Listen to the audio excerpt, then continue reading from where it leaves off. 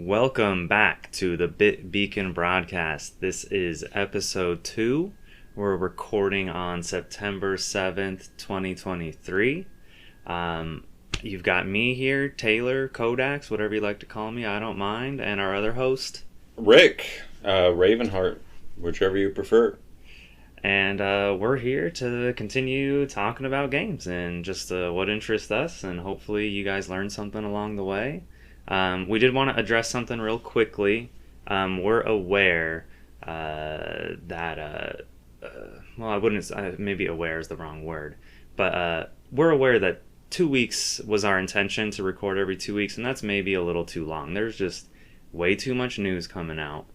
So we're recording a little before 2 weeks, but then going forward, starting with episode 3, we're going to be recording every Tuesday, hopefully.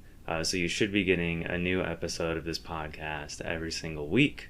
And hopefully that'll help with the length as well of each episode. Yeah, that's not a commitment so much as it is what we're aiming for, but if we can't make it on Tuesday, we'll definitely do it on Wednesday. It will be one show a week. Yeah. I mean, there may be exceptions where if we're on vacation or something, but hopefully we can try to maybe pre-record some kind of episode or something so we're not completely out of your sphere. But yeah, the news cycle has been just pouring in, and there's just no way we can go 2 weeks between episodes. It's just not going to happen. Nope. So before we get into the news, though, I just want to ask Rick here what he has been playing lately, or what have you been buying? What's going on? So aside from Pokemon Scarlet and Violet, obviously, I did start playing Type O again. Final Fantasy Type O. I had never finished it. I started it late last year, and it's, I'm just reminded of how intense it is with the lore, and how crazy the combat system is, how unique it is for Final Fantasy. Every single installment has a unique combat system, but I really like the one in Type O. I'm also seeing again how it's almost feels like a prototype for, an artistic prototype leading into Final Fantasy 15. Okay.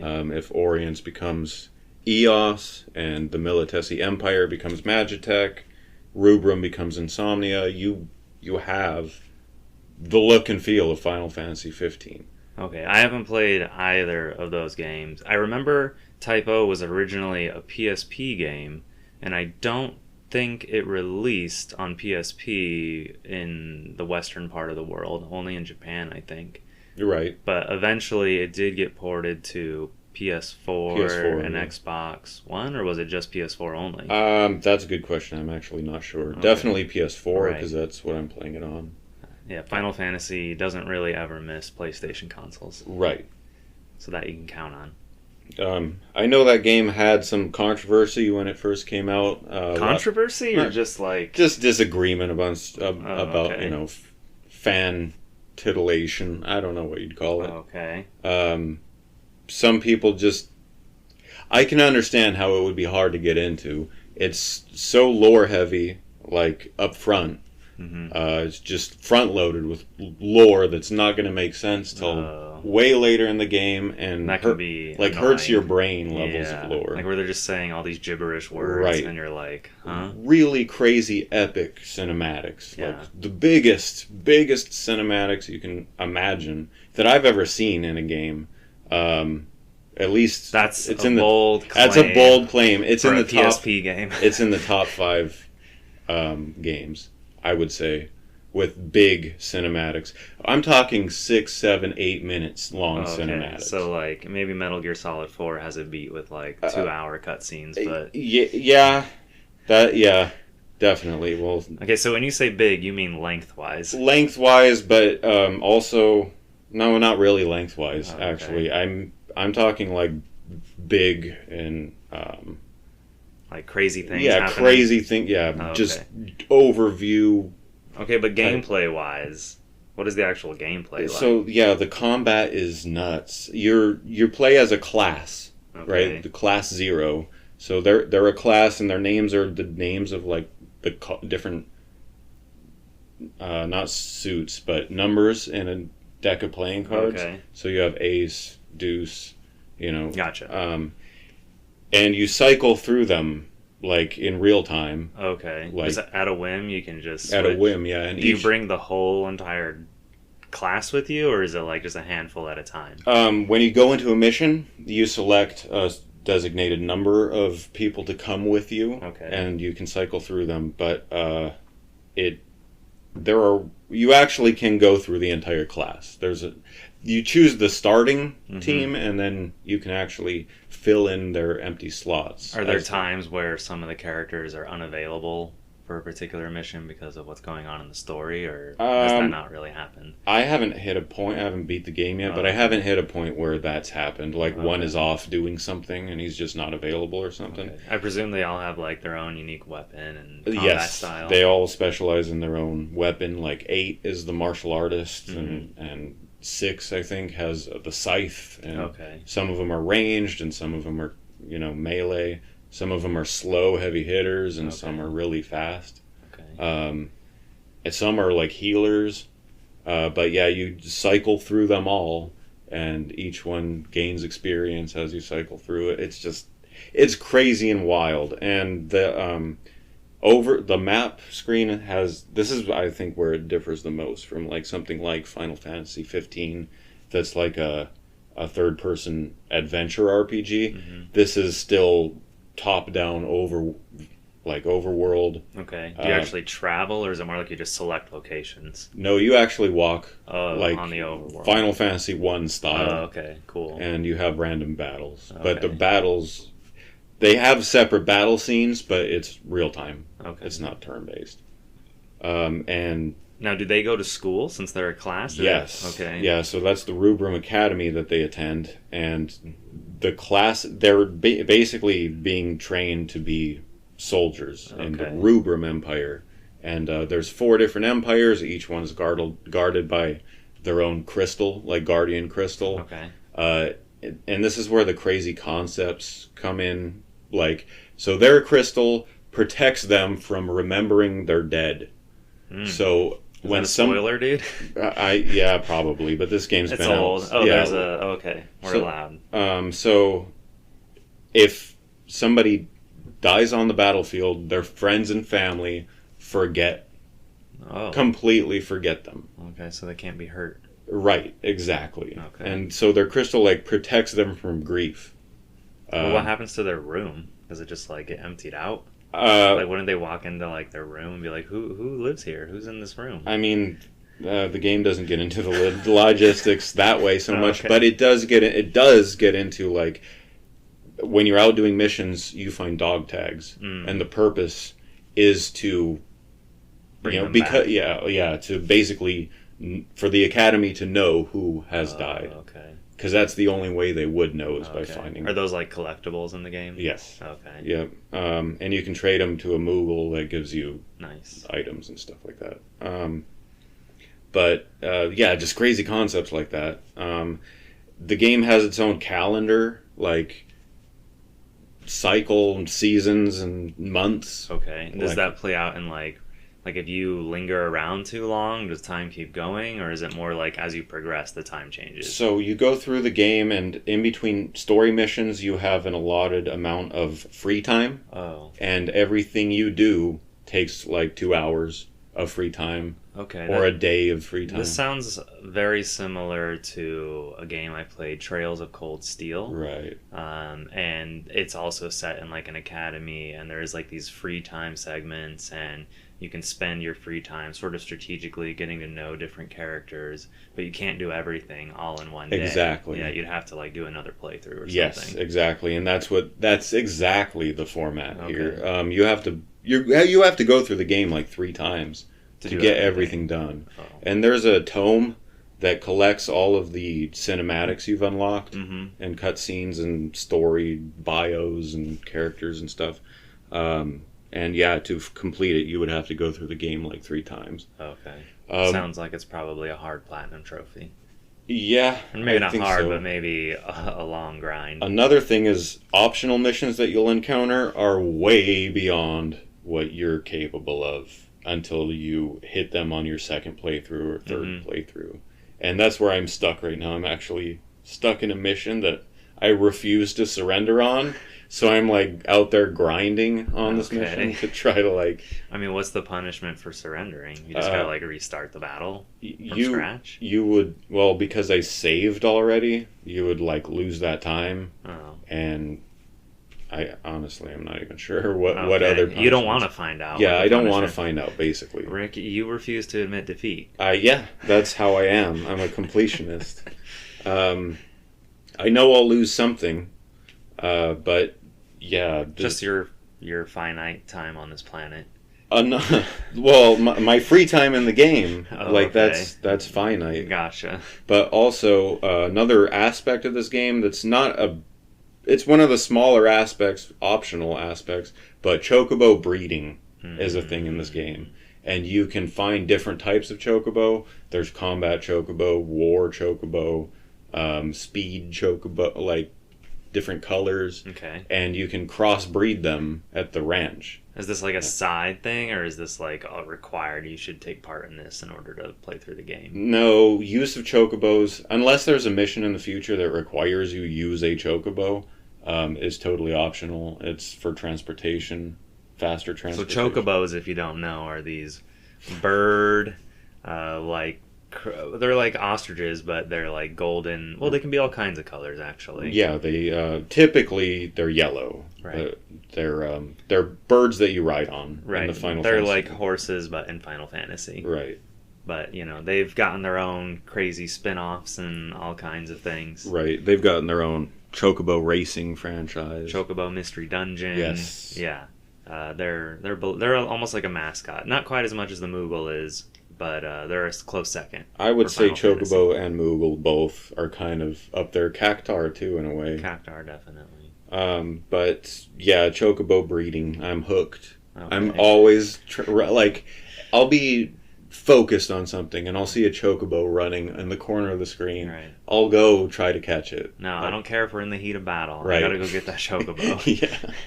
I gotta go force him to mate exactly. with something else. Exactly. It's a little cruel and unusual. Right? And then, so that begets Chocobo eggs, and then a brood will hatch after your next mission is complete, and you go back to the ranch, collect your Chocobo and stuff. Anyways, yeah, that's Type 0, and I love that game. Well, you're gonna have to keep me updated on your progress. So I expect to hear more from you. Well, maybe not in a couple days, because we'll be back in just a few days from now to record episode 3. Right. But, I'm sure we'll continue to hear more as you work your way through the game. Oh, yeah. Definitely. I have been playing my usual slate of games, so I won't bore anybody talking about Genshin Impact again.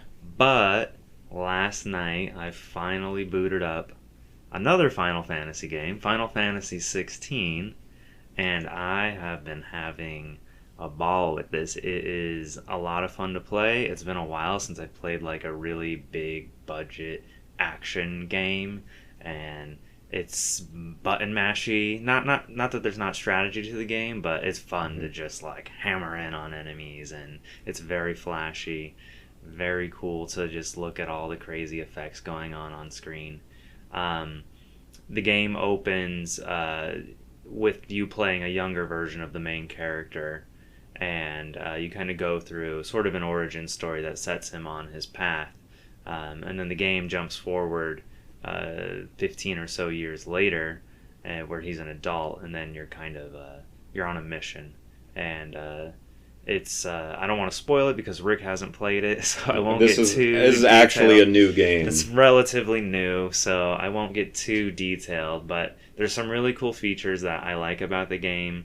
At any time when you're in like any area or in the middle of a cutscene, you can hold down on the touchpad, and it brings up this cool like lore menu where it'll talk about like what city you're in, the characters that you're interacting with right now, and like kind of like key terms and different things you should know as a player. So maybe where Type O is like dropping all these crazy like words and places and kingdoms and empires on you, like at least with this game you have a an ability to like pull up and kind of just see live like what are they talking about, and get a better understanding, almost like a little wiki page for each character and each location that you're in at any time. And these character profiles and things update as the story changes, and in a way they're kind of like a collectible as well.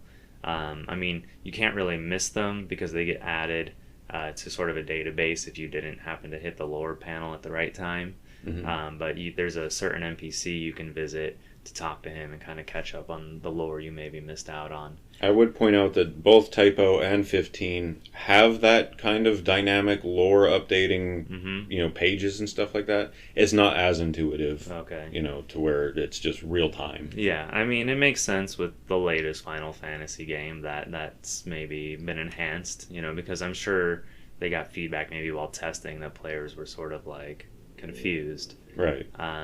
And this game, what's interesting about it is that the voice cast, the primary voice cast is not the Japanese voice cast. They specifically wanted like English actors to do it, and it's got a medieval setting to it, very kind of dark fantasy. It's not, it's kind of gory at times. It doesn't shy away from like foul language.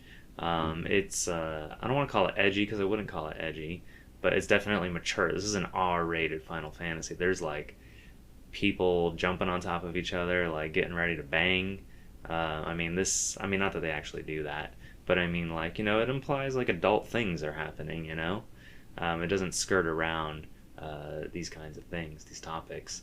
And I don't know, it's been just really fun so far. I'm only like 5-6 hours deep, but I absolutely love the combat. It's a lot of fun. You can press the O button at any time to sort of do this jump towards an enemy. And it just kind of keeps the combat like really flowing. So there's no downtime where you're like walking up to the enemy. You just kind of, you can sort of target enemies using L1. I will say having evade be R1 is kind of confusing for me. And feel free to ask any questions at any time. That's how like 15 is though. Like you're describing 15. And right. No, I know that Noctis in 15 kind of has this teleport ability where he can quickly go to another enemy, and they must have saw that players like that, and they want to keep the combat just constantly flowing. Right. So that's pretty cool that they did that. I will say I keep trying to use the O that kind of teleports you to the enemy or kind of zooms you over to the enemy as like a dodge, and so I'm like having to like rewire my brain because usually dodge is sort of that button in a lot of games. Right. And you can at times use it as a dodge, but if you're trying to get like a perfect dodge or that kind of a thing where it puts you into like a slow-mo times, you can get some extra attacks in. You got to use R1. And so yeah, right. I mean, again, though, targeting is a huge, like, I can speak from 15, like, targeting goes into like all kinds of other abilities. Is it like that where you're targeting an enemy and then you have like 10 things you can do from there? I mean, I'm gonna make a confession right now. The only numbered Final Fantasy game I've ever really played significantly on is Final Fantasy 1. Wow. So I mean, I don't know if you count 7 Remake. It is a numbered entry, but it's different. Sure. Yeah, I mean, I played a fair few of Final Fantasy spin-offs over the years, but I don't know why I haven't spent a lot of time with the numbered entries. And even when I played 1, I played the Game Boy Advance version, Dawn of Souls. Gotcha. Which I absolutely love that game. It's one of my favorite just classic turn-based RPGs, and I don't know that I would have had as much fun playing on the NES that I did playing on the Game Boy Advance. Right. But I had a great time with it. I remember I tried Final Fantasy 2, and I just couldn't get into it for some reason. Dawn of Souls version, the Game Boy Advance version of Final Fantasy 2. But it was, so I stopped. I tried playing Final Fantasy 3 on DS. Couldn't really get into that one either. I just remember coming out of this cave and some turtle like killed me immediately, and I wasn't able to save yet. You're one to give up quickly. I had to like redo like 45 minutes of like gameplay, so I tried it again and then got killed by another like turtle almost immediately coming out of a cave, and I was like, that was a good remake. Yeah, I like that one. I've heard good things. I really want to play Final Fantasy 6. I don't Yeah, know why. six is iconic. Yeah. In my opinion, 4 is the saddest. Okay. Like the dooziest of Yeah. all of them. Type O is actually quite bloody and has a lot of slaughter. Yeah, And I remember seeing like trailers for Typo and that it was like it looked very R-rated. right, it is. Yeah. It straight up is. But I would say that 4 is even more sad Yeah. than that.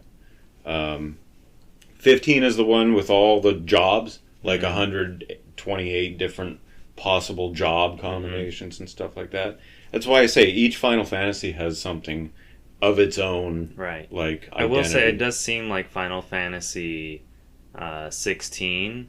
It doesn't seem like there's a job system. At least I'm not seeing anything like that yet. Okay. You don't really. You have a party where people come in and out of your party, but you don't control them separately. Hmm. And it's like totally action based. There's like zero turn based. Right. No hint of that. It's Right. 100% an action RPG. Whereas like Final Fantasy VII Remake, you can kind of go into this tactical mode at will at any time, where the game kind of like slows down to like 100th of a normal speed, and you can Right. kind of issue commands to your different. So it kind of gives it sort of a little bit of a turn-based flair, but without really being turn-based. Right. 15 actually did something to Yeah. that effect, where it pauses Right. before like the enemy's next move and stuff. Well, Final Fantasy 15 was the game that tried to do everything. Right. It is. Yeah, and that game had a really messy development. It had years and years of updates post-release. They added all kinds of new things constantly, which was cool. It was a really big project, but I don't think they'll make a Final Fantasy game like that. I think it hurt.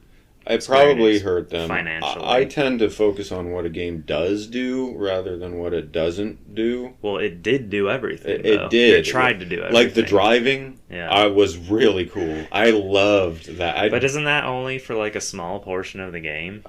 No, the whole No. game. The whole game right up until you get to Insomnia at the end. Okay. You're driving. Because I understand the game is like starts off being very open and then it gets like very linear. at the end. The ending area Yeah. is that way. Right. In Final Fantasy 16 so far, it seems very linear, Mhm. which I'm kind of appreciating because there's just so many giant open world games that I can play. Every game coming out seems Yeah. like an open world game. And I think we're going to be addressing that topic in a little bit here.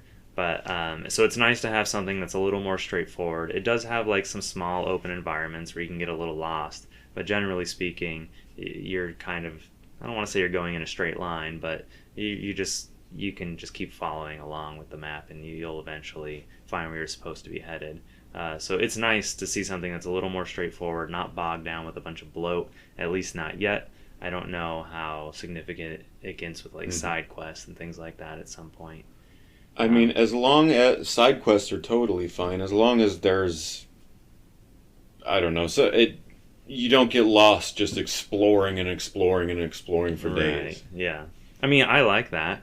I do too. It's fun, but yeah, it's just like, oh my god, am I ever going to finish the game, or am I Right. just going to be constantly distracted? Right. That happened to me with the new Zelda game. That's where your hours rack up to like 400. Right. I had to eventually just say like, nope, no more side quests. We're just going to focus on the main quest. We're powered up. We don't need 100% the game before we go to the final boss. So Right. I just kind of was like, I've already been playing for 100 hours. It's time to mainline the main quest and get out of here. But real quick, before we move on to the news, I have bought a few other games, and I have them here with me so I wouldn't forget what they are. I imported a physical copy of Baten Kaitos 1 and 2 HD Remaster. Boy. Unfortunately, this game did not get a physical release, but it did get an Asia English release, and so the cover and back cover are entirely in English. It looks really, really nice. The art is absolutely fantastic on this Have you cover. played either Baten Kaito's title? No, I haven't. When I had a GameCube, I didn't know about all these cool RPGs when I was, 13 years old. I was mostly playing like Super Smash Brothers and Pokemon Coliseum and Yeah. stuff like that. So yeah, I missed out. These were originally developed by, oh my gosh, Monolith Soft. Right. Published by Bandai Namco, and I'm a huge fan of Monolith Soft's recent games, Yeah. the Xenoblade series, and so I know they developed these quite a few years before then. So I really do want to play these games, and I know it's like got a card-based battle system. Yeah. So, and I've enjoyed several card-based battle games. One that comes to mind is Kingdom Hearts Chain of Memories on Game Boy Advance, which they eventually ported to. Well, I wouldn't say they ported it; they like totally remade for PlayStation 2. I did play some of Eternal Wings in the Lost Ocean. Is that the second one? It's the first one. Oh, it's the first one. It's Origins is the second. Yes, Origins. But you should play the first one first and Origins second. Don't start with Origins, even though... I'm saying I started with the first one. Right, no, I'm just talking to the listener here. Oh, okay. Yeah. Gotcha. Even though it's a prequel, you should play it second. That's what I've heard. Another Asia English import I brought is the remake of Atelier Marie, The Alchemist of Salzburg. I bundled this with my order of Bot and Kaidos 1 and 2. Don't have much to say about this one. I haven't played it yet. I've played a few of the Atelier games. Have you ever touched any of those? Atelier Iris. You played Iris. PS2, yeah. Okay. So yeah, I played a few of the Dusk Trilogy games on PS3, and I enjoyed those quite a bit. And yeah, I need to get back to that. But they are, good 40, 50-hour games. So, and they put out a new Atelier game, I swear, every single year. I don't know how the developer, Gust, has such an efficient production scheme there. And Detective Pikachu Returns just came out, I think yesterday, Friday. And this is the sequel to Detective Pikachu on the 3DS, which I swore they said they were porting to the Switch, but I guess it just never happened. But I haven't followed up. they announced that a long time ago when they announced that Detective Pikachu 2 was coming. I never played the first. Not really sure why I bought this. I don't have time for it, but it's a Pokemon game, so yeah, unfortunately I have to buy it. Yeah, it might benefit you to play the first one. I would imagine. I've heard it has like a recap of the events of the first game. Okay. But I feel like I should probably go back and play the original. I don't think they're super long. I think they're like 20 hours. And it's got kind of like it's not a point and click, but it's an investigation style game. Right. Where you're walking around environments and interacting with the objects and kind of piecing clues together. I do like those kinds of games. Me too. So, maybe I should go back and give it a shot.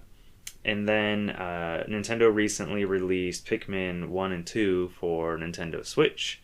I picked that up as well. So now I think all 4 Pikmin games are now on Switch, which is pretty cool. I believe these are ports of the Wii version of Pikmin 1 and 2. Oh, really? Okay. Yeah.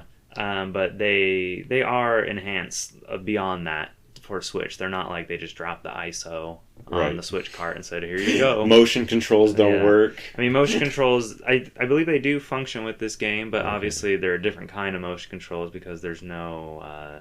Wii Remote? There's no Wii Remote. So it's got to actually use like gyro and stuff like that to determine where the pointer is. Right. And that's a lot of pickups. Some of these I paid for and ordered a long time ago, and they just finally got here. So I doubt I'll have anything new to talk about in terms of pickups. You haven't picked up anything in the last week or so, have you? I'm still just waiting for my Castlevania Game Boy Advance collection. Oh, well, dude, you're going to be waiting like 6-7 months for that, so you can't mention that every week. Okay, fine. All right, so why don't we switch over to the news? Some news that broke right after we recorded last week's episode was that Jim Ryan, the CEO and president of PlayStation, essentially, announced that he was retiring effective March 2024. Yep. Now, we were just talking about him on the episode, right? We were talking about him when we were planning out episode 2. Okay. And then all of a sudden, it was like Speak of the Devil. A day later. That's right. We were on the phone talking about... we recorded the first episode, and we were, very excited about our recording. And our plans for episode 2. And then, like, a minute later, we hang up, and then I see a headline pop up on my phone that he's retiring, and I was like, oh my god, Speak of the Devil. So I'm just going to real quick read his statement. This is CEO and President of Sony Interactive Entertainment, Jim Ryan. And I'm going to abbreviate this a little bit at some spots. As you will have seen today in the news, I have announced my retirement after nearly 30 years at Sony Interactive Entertainment. I did not take this decision lightly, and I absolutely love SIE and our community. But of late, I've been finding it increasingly difficult to strike the right balance between having my home in the UK and my job in the United States. As mentioned in the press release, I will continue my role as President and CEO until March 2024. I feel humbled at having the opportunity to lead a company delivering products that touch millions of lives. From award-winning games to the incredibly immersive technical achievements delivered with PlayStation 5, I am immensely proud of what we have achieved and very optimistic for the future of Sony Interactive Entertainment. From my beginning in Europe, it was clear that Sony had built something truly special. Generations later, I'm amazed by the excitement and passion of the PlayStation community. It is thanks to you that we have been able to keep innovating and delivering even greater experiences. Since 1994, generations of gamers have inspired us to be better, to push the boundaries, and the results have been incredible. Thank you from the bottom of my heart. Now, how do you think gamers took this news? I know how I feel about it. Tell me how gamers took it. People were celebrating in the streets practically. Oh, right. Okay. We were like overturning cars and excitement. I thought you meant by his words. No, not so much by his words. So Jim Ryan has not been particularly beloved since he took over as PlayStation's leader. And I think it was late 2019 when Sean Layden was...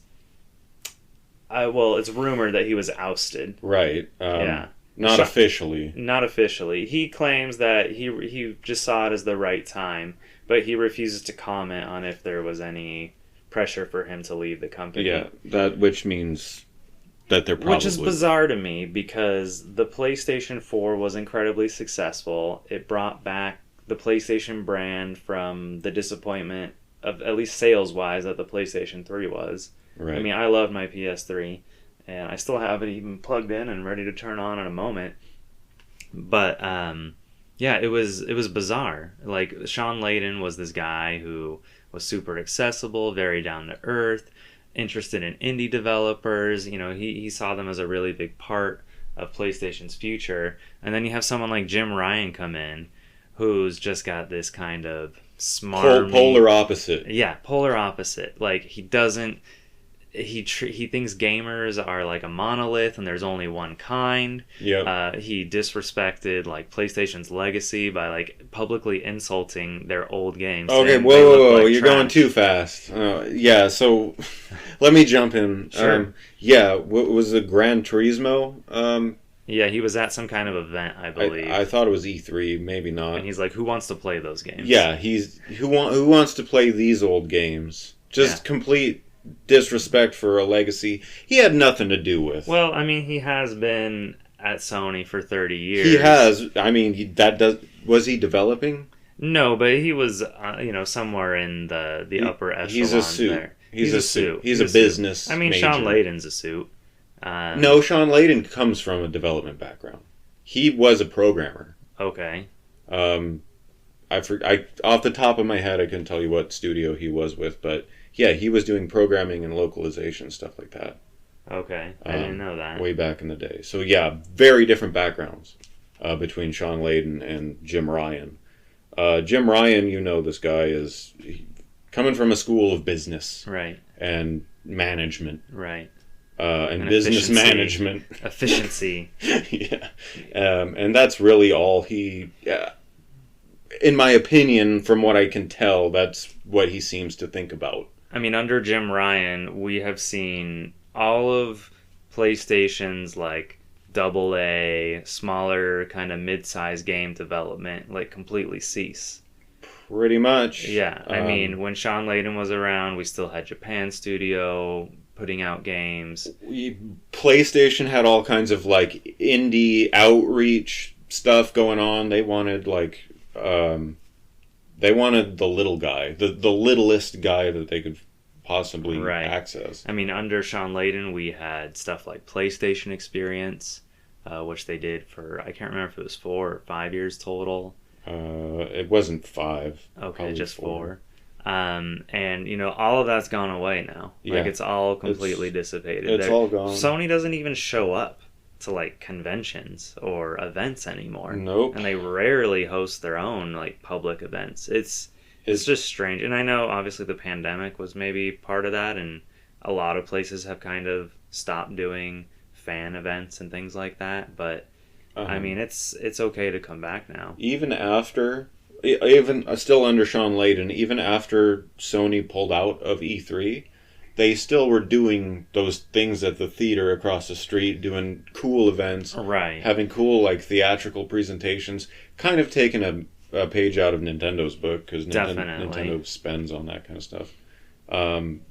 Jim Ryan, nothing. All we had under Jim Ryan was the launch of the PS5 and nothing going on. Yeah, I think like he was in person in New York City for like some kind of launch event or something like that, but they publicly haven't done anything. Right. There's nothing. Just no engagement. You forget that PSVR 2 was even a thing.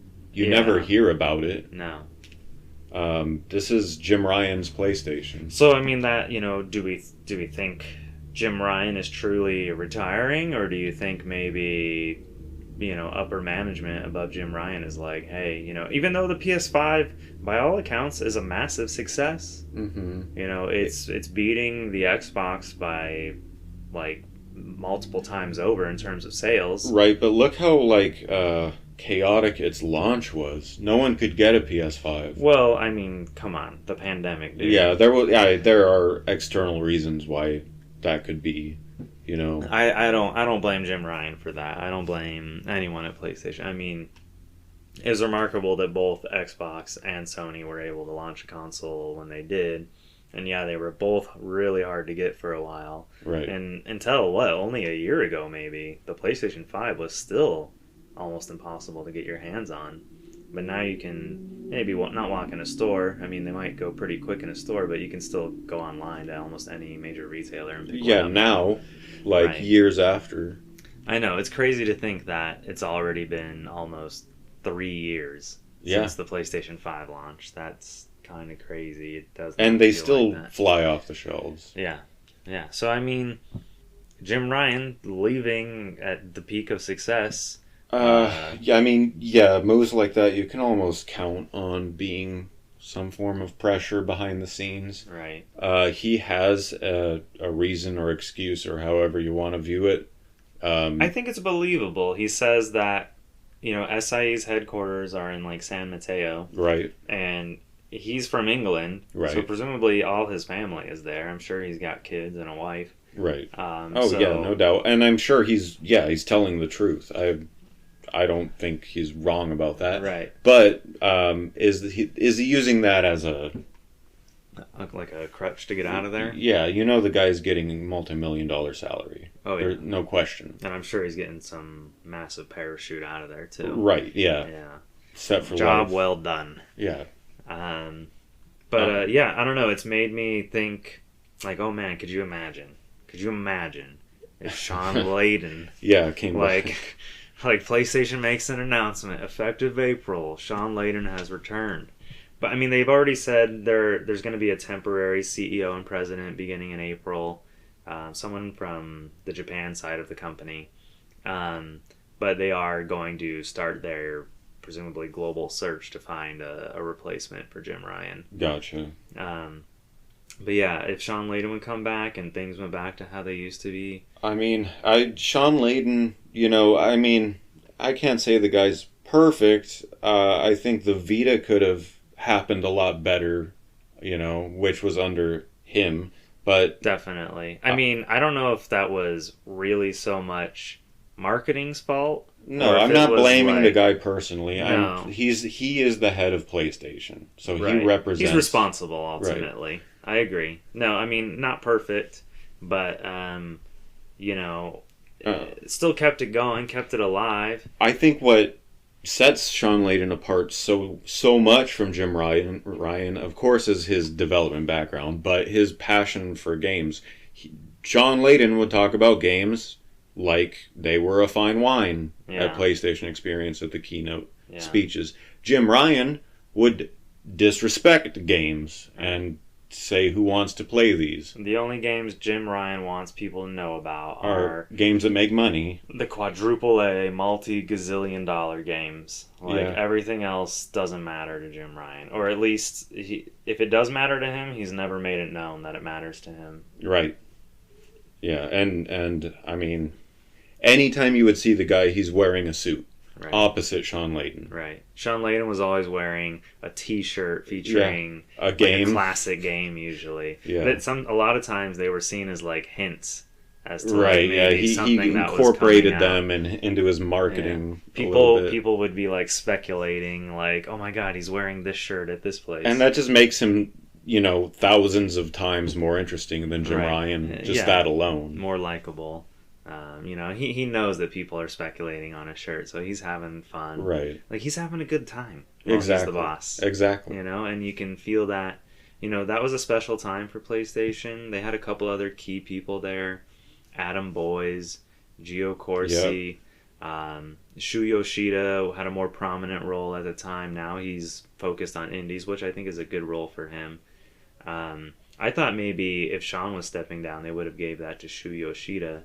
But no, Jim Ryan, the guy from England that nobody cared for, Yeah. got the job. I don't think he ever really had a fan following. No, never. Like, I saw articles talking about why are gamers celebrating Jim Ryan's Right, retirement? right. And they had to break it down and explain it, and he's just had a lot of gaps over the years. He's just got that Wall Street personality about him. Yeah. you know. He just I can't stand him.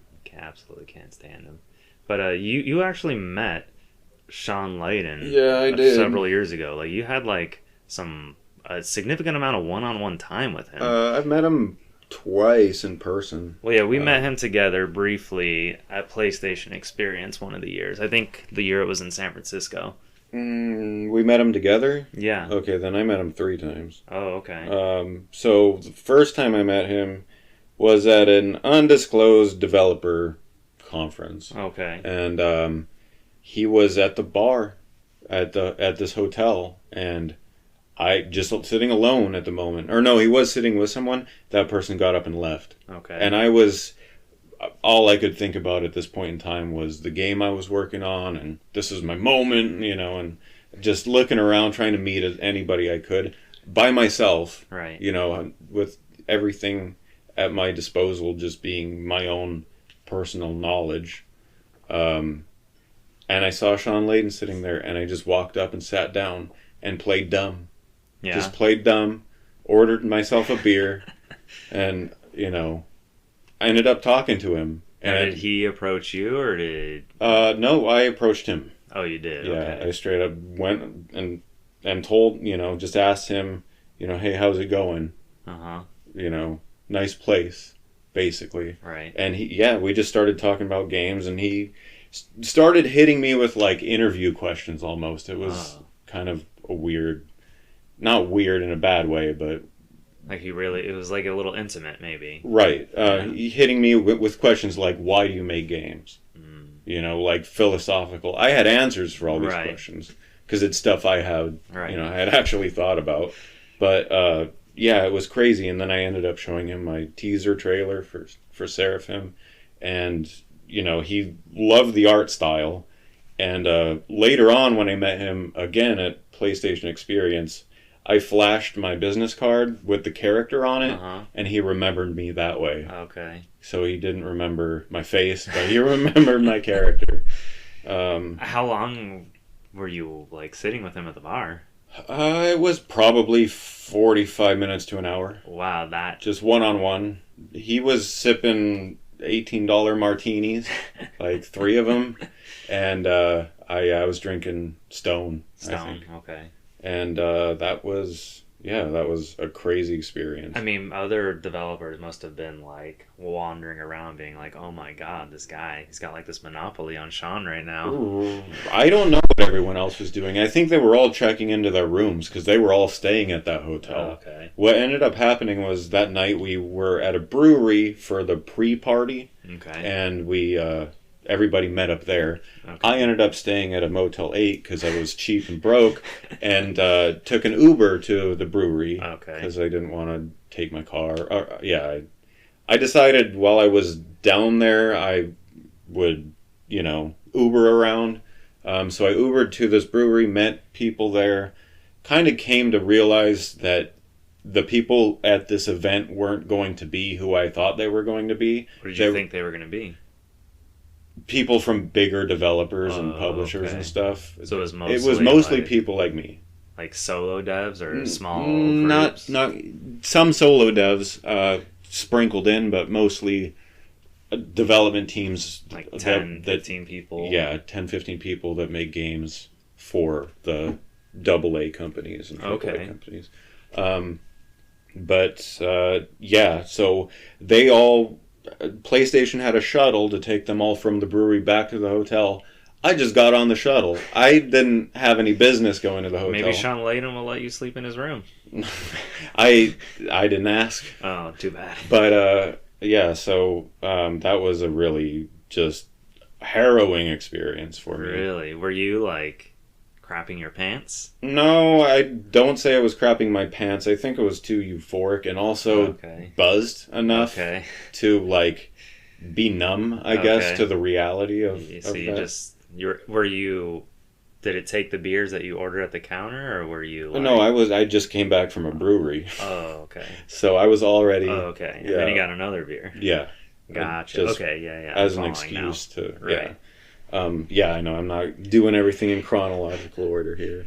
But so I had no business getting on that shuttle, really. But I did. You have his business card, don't you? I do. Wow, that's like a collectible. Dude. Yeah. Oh, yeah. You could get that graded. I should. A grading. That's a topic for another time. Dude, yeah. They grade anything these days. So do you actually still have it? Yeah, I have it. I couldn't tell you where it's at right now, but it's in a stack of business cards. Oh, man. You need to find that, dude. Yeah. That's like a cool little piece of history there. Yeah, I might frame it. Actually. I can't say I have a PlayStation president that I like more than Sean Layden. Yeah, I mean, before him, it was that Jack Tretton guy. Right. I don't know if you remember him too much. I remember... He was responsible at the time. Remember that Kevin Butler, the fake president of PlayStation, who they did all these commercials with this guy called Kevin Butler? Mm-hmm.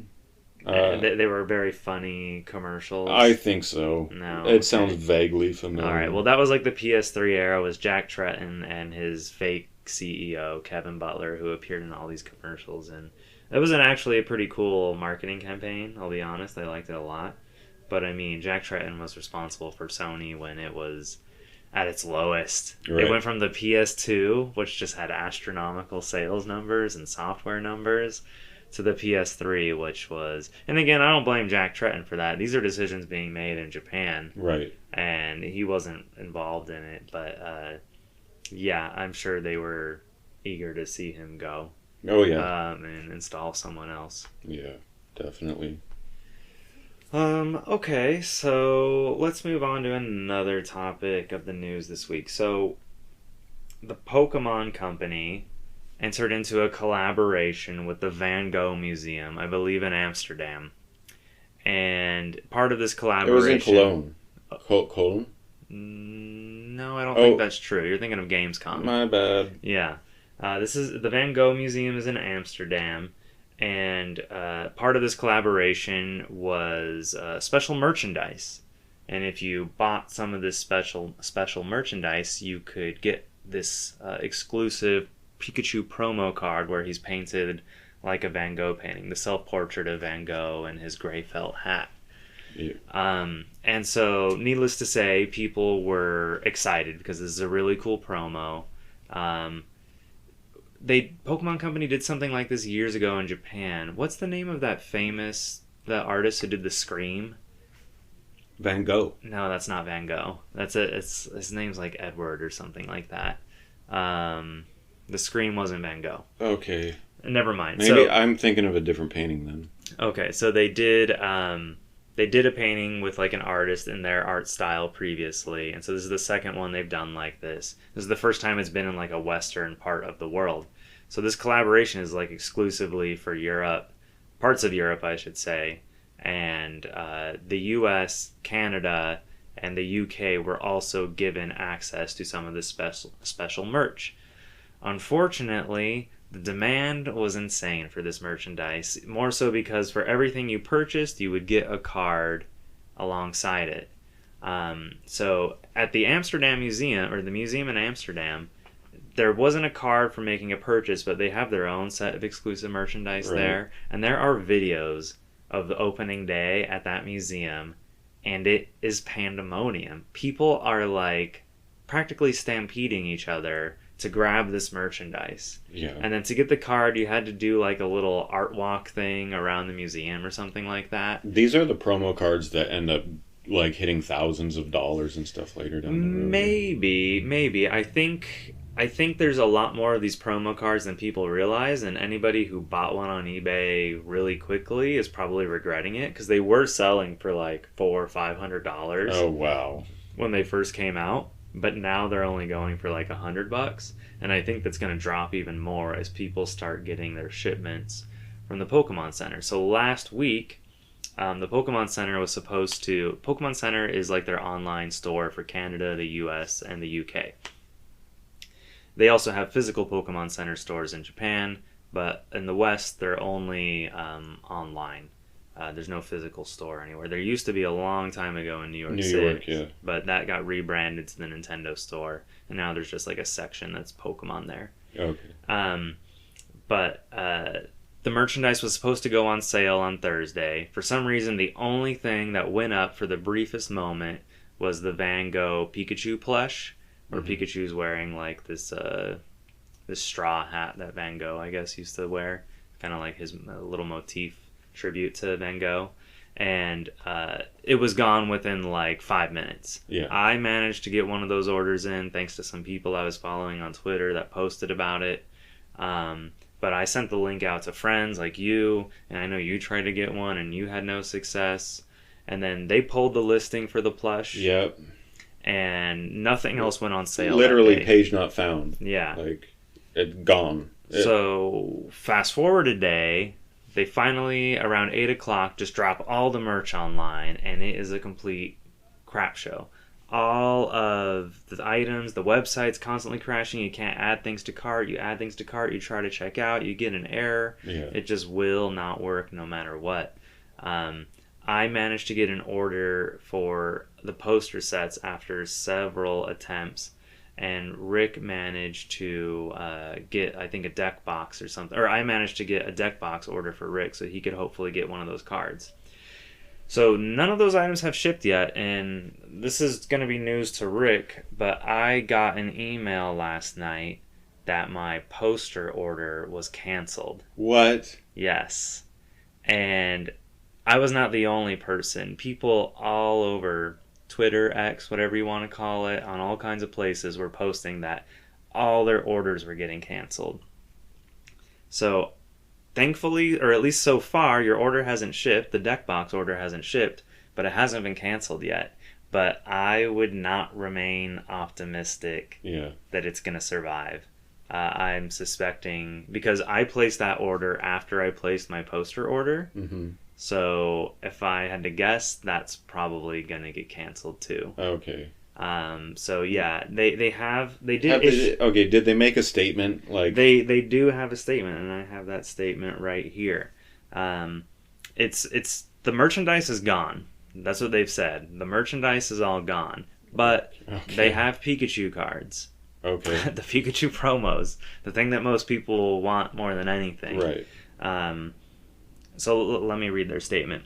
We apologize to all the fans eagerly awaiting our Pokemon Center Van Gogh collaboration release today. Due to overwhelming demand, all our products from this collection have sold out. We understand this is disappointing to many who are looking to our official email and social media channels for guidance on how and when to purchase. We are actively working on ways to provide more Pikachu with Gray Felt Hat promo cards for fans shopping at Pokemon Center in the future. Details will be released at a later date. Thank you for your understanding and continued support. Right. So not only did they piss everybody off who couldn't get an order in, right. Now they're pissing off so many people who did manage to get an order in, right, because they didn't create enough merchandise. I mean, this is the world's premier brand. Like, there is no brand bigger than Pokemon. No, and I don't understand. This isn't like year 2 of Pokemon either. No. You know, how do they not know how to run a campaign? How do they not make enough merchandise? I mean, I get it. Their website gets slammed. It's a pain to place an order. Sure. But, like, why did you make such a tiny amount of merchandise? Right, exactly. And what is this? Like, send everyone who you canceled or ordered for, send them a card. Right, that's all they had to do. Now, what's funny is that some people who placed an order for one of the Van Gogh items and happened to include a second item that was unrelated to the Van Gogh collection are receiving their orders with the promo card, even though the Van Gogh item was canceled. There. That's weird. Yeah. What? So I guess for some reason they're like willing to send the promo card if you actually bought something, but if nothing in your order was paid for, then you lose all of it, which is kind of a bummer. That's... Dude. Now, thankfully, I did get my plush, and I do have my promo card. But I don't get mine, right? You don't have yours, at least not yet. I mean, there's still a smidge of hope, because the order I placed for you isn't canceled. But I'll let you know. But I'm expecting it to get canceled. All right, great. But, what's interesting is that in the past, when they've done these promo card distributions on the website, they usually have people enter their email onto some website, and then they eventually email you a code that you can use for 6 months, and you can redeem it on the website as if you spend $20 or more, type this promo code in, and we'll include the promo with your order. So why they just didn't do that to begin with? Why are people who successfully placed an order for 20 Van Gogh items getting 20 Pikachu Van Gogh promo cards? Right. That's ridiculous. Yeah, that is. These people are just buying the items for the cards. They can sell most of their excess cards to pay for all their merch 10 times over. Right. I don't know. Just a really big mess from Pokemon. And really, they got to do better. Yeah, that's not acceptable at all to anyone. This collaboration with the Van Gogh Museum goes until I think it said February or March of next year. And they're already out of merchandise? Yeah, they said they're done. Well, I mean, the museum is going to continue to get merchandise, but the Pokemon Center, I mean, they said it. All of the merchandise is gone. All products from this collection have sold out. And we can't possibly produce more? Yeah.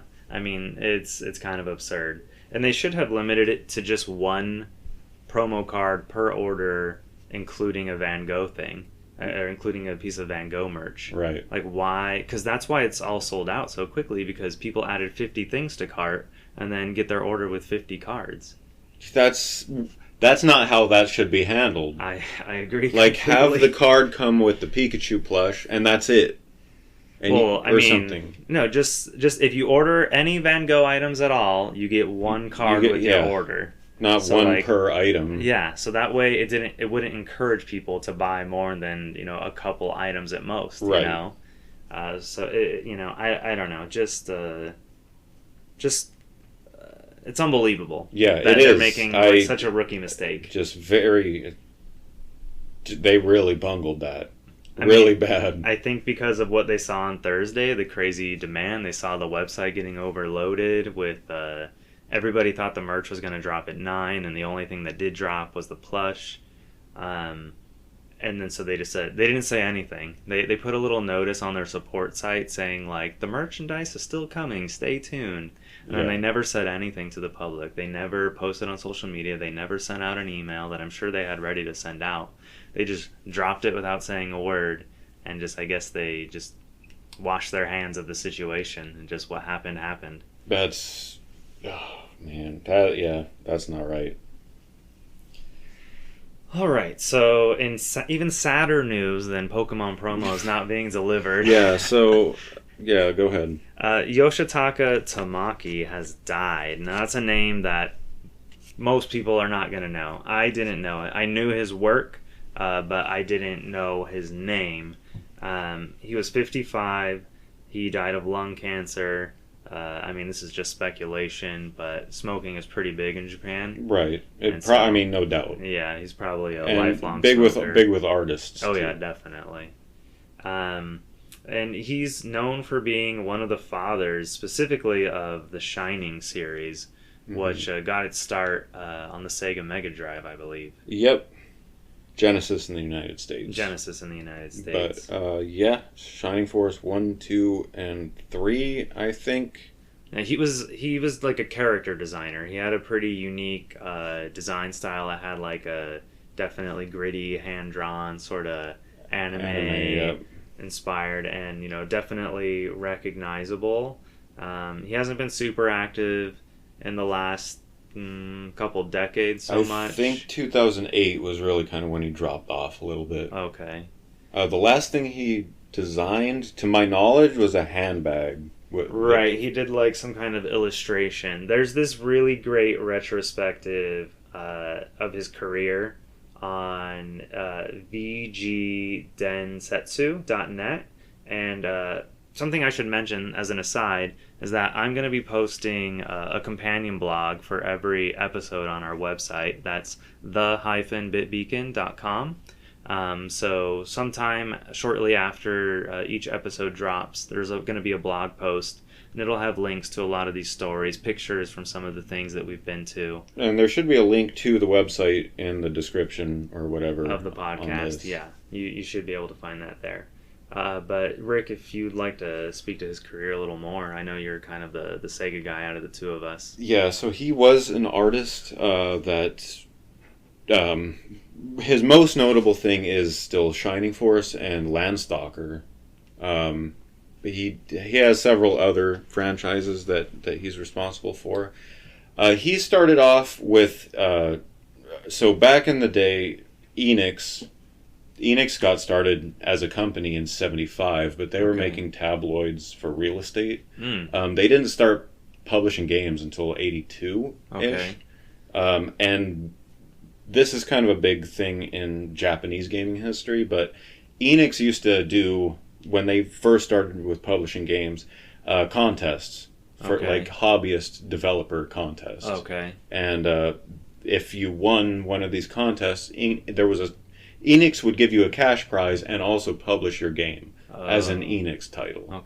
And this was pretty gritty, very early. A lot of hobbyist type developers, a lot of eroge titles in these. That's like erotic, right? Video Erotic games, and a lot of legends came out of this.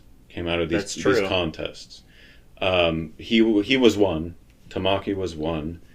Another was Yuji Horii. Yeah, I've read this about him before. And Koichi Nakamura, whose company was Chunsoft. Right, Yuji Horii is the creator of Dragon Quest. Both of them together created Dragon Quest. Talk about Japan's most long-lasting video game series. Yes. Still to this day. And that's how Dragon Quest became an Enix franchise. Right.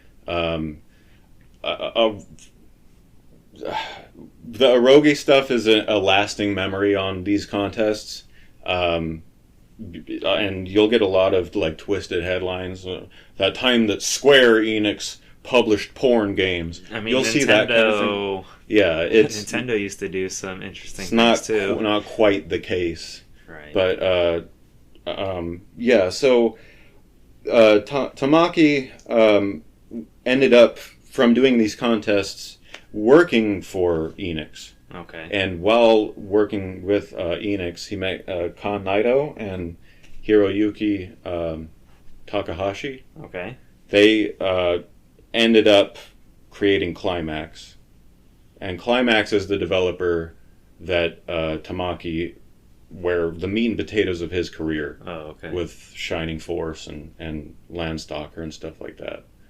Yeah, it's interesting. His career seemingly didn't last for too long. Like where he was like super active in game development, like maybe 15 to 20 years. Right. I've always wondered what happens to these guys when they stop making games. Where do they go? Like what like I've wondered, like sometimes you look at old like game credits and these people, they were in the industry for 10 years or so, right, and then they just kind of fell off the face of the planet. Yeah, and that's a really good question. Like I guess they could have gone into like software development or something like that. We have examples of game developers and game designers like Sakaguchi. We see him spending a lot of time with his family and stuff. Right. You know, I don't know how much he does like at Mistwalker these days. I don't know. Like I don't know that Mistwalker is much of anything at the moment. So if I had to guess an answer to your question, I'd say they just spend time with their families. And I know, but like not everybody is Hironobu Sakaguchi. Right. Not everybody has made like massively acclaimed franchises and games where they have like probably a tidy sum. Well, in Tamaki's case, he was working on some books and stuff like that. Okay. He did stuff outside of video games. But he was mostly an illustrator, right? He was, yeah. So he probably just did graphic design jobs. He was pretty much totally an illustrator. Right. I don't know. He did design like character portraits, like pixel art portraits and things like that, and did monster design. I think I was reading. Yeah, he did do sprite art and stuff like that. Most character designers are gonna be from this era are gonna be doing that. I think he also, his illustrations are, I think, what a lot of people recognize his art from. Yes. Like the covers for games. Yeah, it's extremely recognizable. A lot of his games, their covers, they weren't here in the States. We got like alternate covers. That was pretty common at the time. Right. They would make like a very Western version because they didn't think like Americans were ready for anime or that style. We wanted that or we understood it. I think look at the original cover for like Dragon Quest. Right. Shining Force is a great like Shining Force Genesis covers are a great example of what you're talking about. They look nothing like the game or the characters in the game.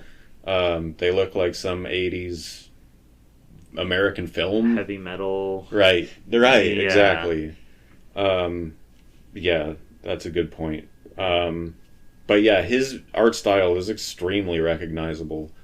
I would compare him that way to I'm drawing a blank on the name, but Kingdom Hearts character designer. Nomura. Yeah, Nomura, yeah. I mean, he's more than he's like the guy in charge of everything for Kingdom Hearts. Right. Yeah, he does do all the character designs. Tetsuya Nomura.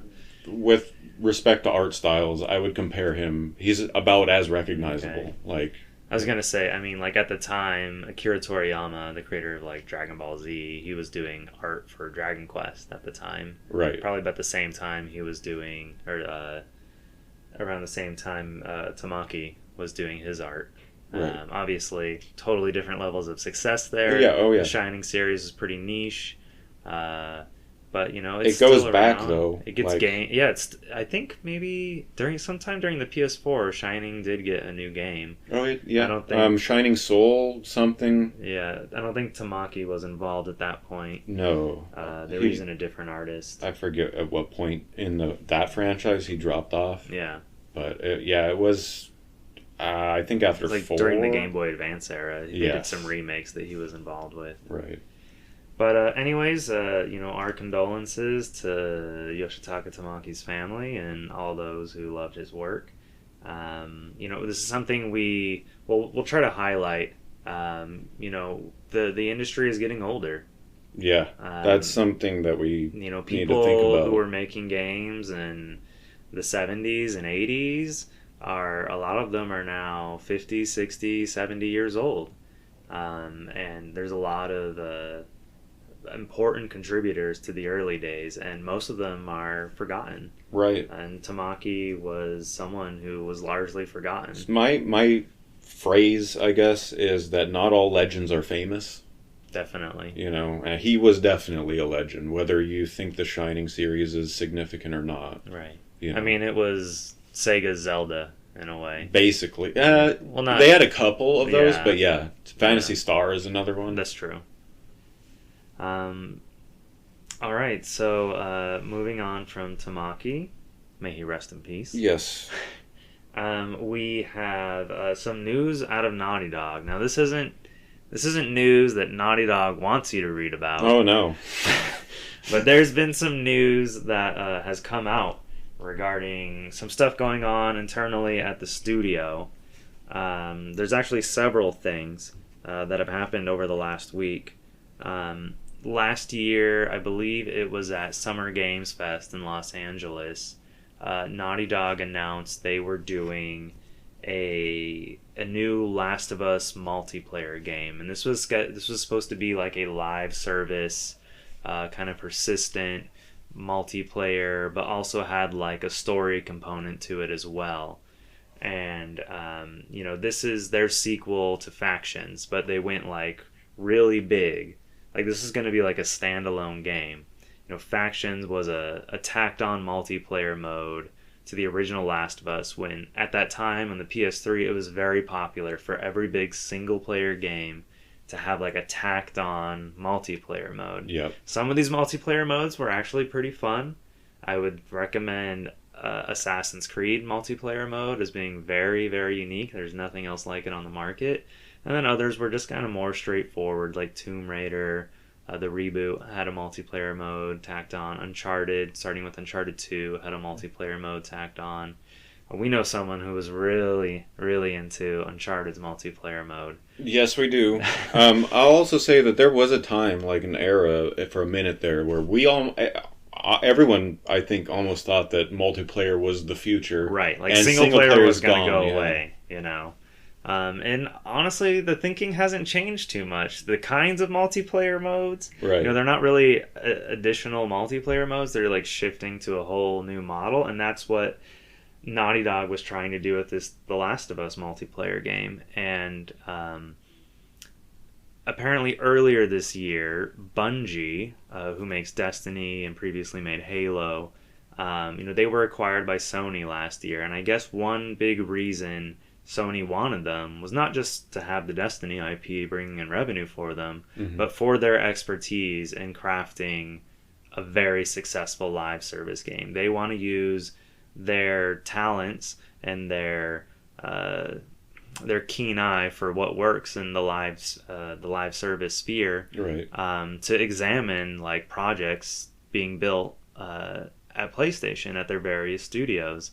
And apparently Bungie told Naughty Dog, this is garbage. Yeah, right. And so now fast forward a few months, that came out earlier this year, and recently there was a report that came out. I can't remember what outlet posted about it, but their source at Naughty Dog says that the Last of Us live service multiplayer game is on ice, and that's a quote, on ice. And that effectively means it's not canceled, but it's not being worked on right now. Right. It wouldn't surprise me if maybe whenever they make The Last of Us 3, maybe they go back to it and try to like salvage stuff out of it. I think the illusion is that like it's being preserved in ice, like so it doesn't die or something. Yeah. Maybe there's a very small team tinkering away at it. Right. Just trying to like, maybe not even like from a gameplay standpoint, but just like figuring out how to make it work, how to make it compelling, how to get players to come back to it. And that's what a live service game is about, because it's very likely that they're going to either push like very constant expansions to get players to continue to spend on the game, or it's going to have like microtransactions, right, which the previous like Uncharted multiplayer modes, and I think Faction had microtransactions where you could get like different shirts and things like that. Right. Or it could be that Bungie told them that their tactic or strategy was too aggressive with, Maybe, yeah. I mean, I feel like that's something you could probably scale back without like having to like start from scratch. Unless it's a design thing, like maybe. I mean, Bungie these days, I used to be really into Destiny. Like Destiny 1, I have like something like 1,800 hours logged into that game, which is just absolutely insane. Right. Destiny 2, I fell off hard. I beat the first raid on the hardest difficulty. I got the platinum trophy, and then I was like, I'm never touching this game again. And from what I understand, I don't know, some people seem to be happy with where the game is at now, other people not so much. They do seem to really rely heavily on player spending now more than ever. Mm-hmm. Like there's these seasons you gotta like keep purchasing. Yep. There's expansions you gotta keep purchasing. Whereas like with the first Destiny, it was like maybe you'd spend $40-$50 a year on the game as they added new content. But now it's like they're expecting, you know, like the hardcore players to be spending hundreds of dollars on the game. Everything's going in that direction. Consoles even are kind of going in that direction with like Xbox wanting you to buy Game Pass. It's just that's like the direction. I mean, it is, but I feel like the amount of games that actually find an audience to stick around long enough for more than a year are really small. Like I see way more live service games fail than I do succeed. And it's crazy that so many studios are still taking a chance on crafting a live service game, because 9 out of 10 times you're not going to fail. But the financial reward, if you succeed and you create the next big live service game, I guess is just too tempting for these people. Or it's just a mindset. It's just an industry mindset that this is the state of games right now, and this is what we need to do, and this is what all the successful companies are doing. I think that's really where it comes from. It's not well thought out, I think, as you're saying. I think it's just who's being successful, what are they doing? Oh, live service games? We need to make a live service game. It's literally just... But, I mean, there are reports that Sony is making, in the background, making more live service games than they are making single-player games at this point. Right. Even apparently, like, Insomniac is working on a live service game, even though they have their Spider-Man game coming, they have a Wolverine game coming. Insomniac's busy making single-player games, but apparently every studio at Sony is practically working on a live service game. That's probably Jim Ryan's PlayStation. Probably. And I would be scared if, like, you know, the next 5 years of games that I have coming out are all live service games. Yeah. You know, when you say live service, that means eventually, no matter what, even if it's successful for 5-10 years, eventually these games are gone. It's gone, yeah. And that means, like, preservation-wise, there will be no way to play these games anymore. If it's live, that means it's going to die. Yeah, if it's online only, like, if you have to be connected to play, then, you know, and that's what live service means, then eventually these games are going to be gone. So what legacy will there be? Again, with all your games coming up are live service. I feel like we got into this a lot last episode, and this kind of really ties in to our digital versus physical discussion and stuff. Stuff that's on servers goes away. Yeah, I don't know. So Sony, Naughty Dog, I mean, we got premier studios that are known for making prestige single-player games. Right. Get them on that live service. Yeah, like why? Why would you take them away from that? So that's just the first piece of news coming out of Naughty Dog this week.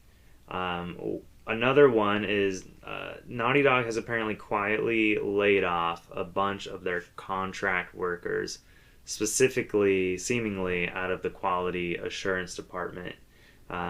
Since these are contracted workers, none of them got severance, and at the same time, Naughty Dog is telling them, be quiet, don't say anything about you being let go.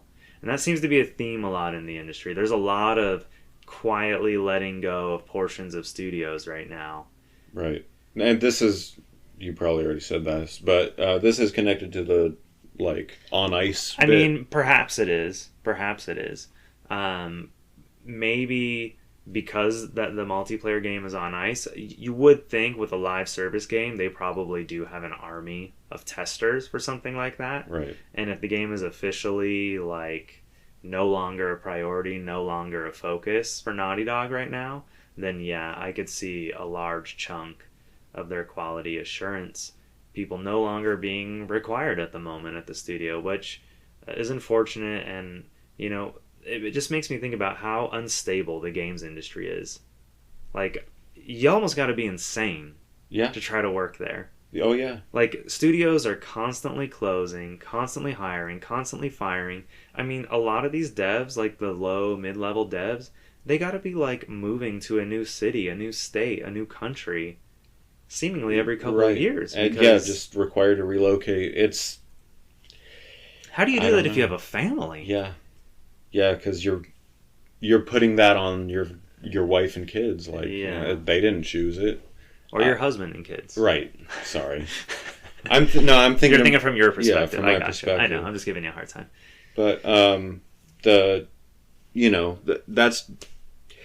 I want to know what these people's contracts were.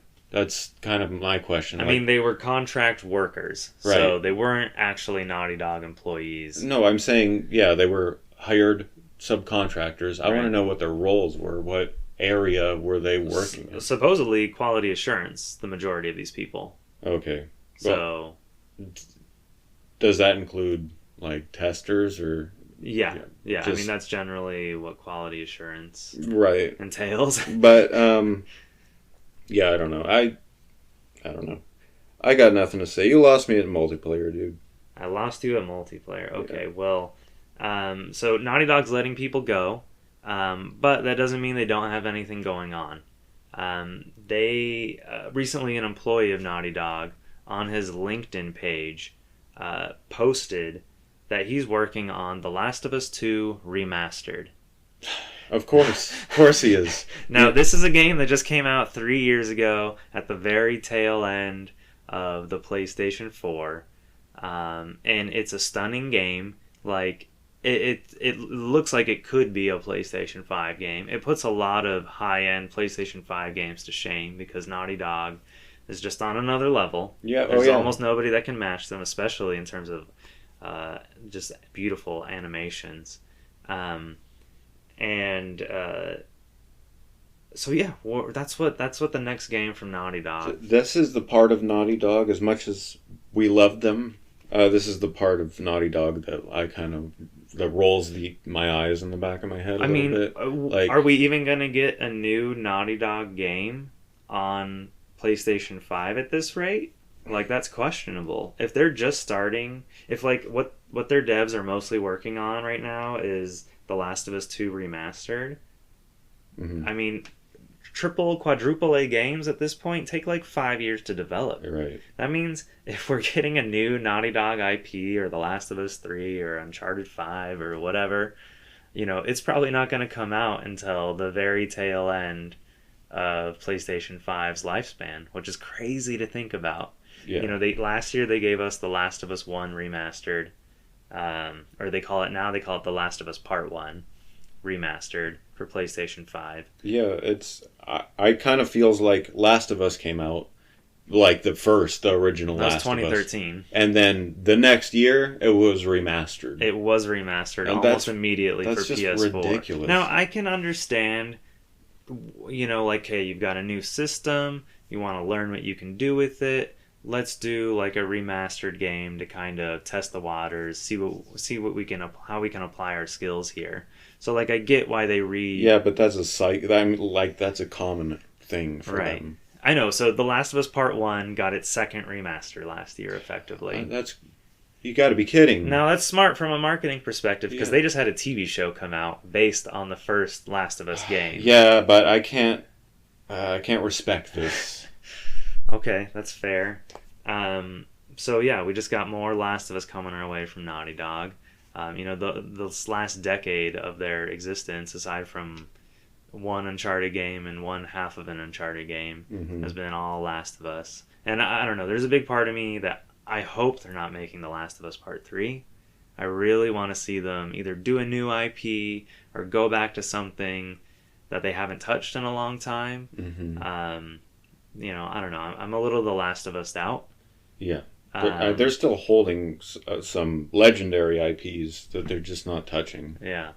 I mean, personally, I'd love to see, like, I don't know, Naughty Dog's been a lot of places, but they haven't been to space yet.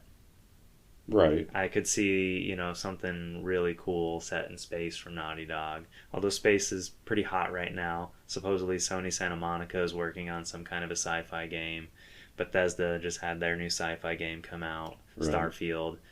So I don't know, maybe maybe might be oversaturated with sci-fi stuff by the time. Yeah, Naughty or Dog puts out a new IP. at least space sci-fi. Yeah. But man, I just have a hankering for. I mean, The Last of Us is so draining to play. Mm-hmm. Like it's very emotional. Right. It's scary. It's tense. It's a lot to take. Yeah, it hits you hard, and Yeah. I don't know why. I just want to go back to the fun mayhem and murder of Uncharted. Right. Bring us a new Jack and Daxter. Just, yeah, I don't know. I need something a little more lighthearted from Naughty Dog. I don't agree. know. It's just it's so draining playing The Last of Us. All right, you want to take a quick break? Sure, let's take a quick break. We'll be right back, guys. Thank you. All right, we're back from our brief break. Thanks for joining us still. We're going to just kind of talk some theoretical stuff right now. Some stuff that's, unconfirmed. Yeah. Rumors. But exciting, because it is time finally for Nintendo to start talking about their next console, whatever that may be.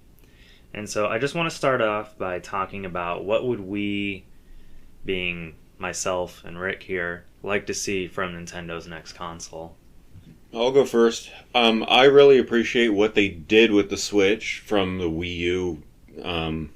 Which was a disaster. Right, but it set the stage. It did. And we don't have the Switch if we don't have the Wii U. Exactly. And, having this versatility between handheld and console, I think that's the right direction, not just for Nintendo, but for the industry. And we're going to talk about it later, but PlayStation seems to be trying to go in that direction. Right. And I think that most likely it's going to be something else further down that road. Yeah, I mean, we're seeing devices like Steam Deck, and then there's a lot of other portable, like PC devices becoming available that are really powerful and can run. The other possibility, too, is VR.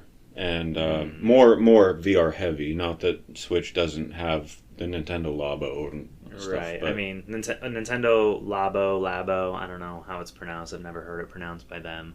Was like this cardboard system where you could strap cardboard to your Switch and make a pseudo VR headset. Right. And had designated games. Right.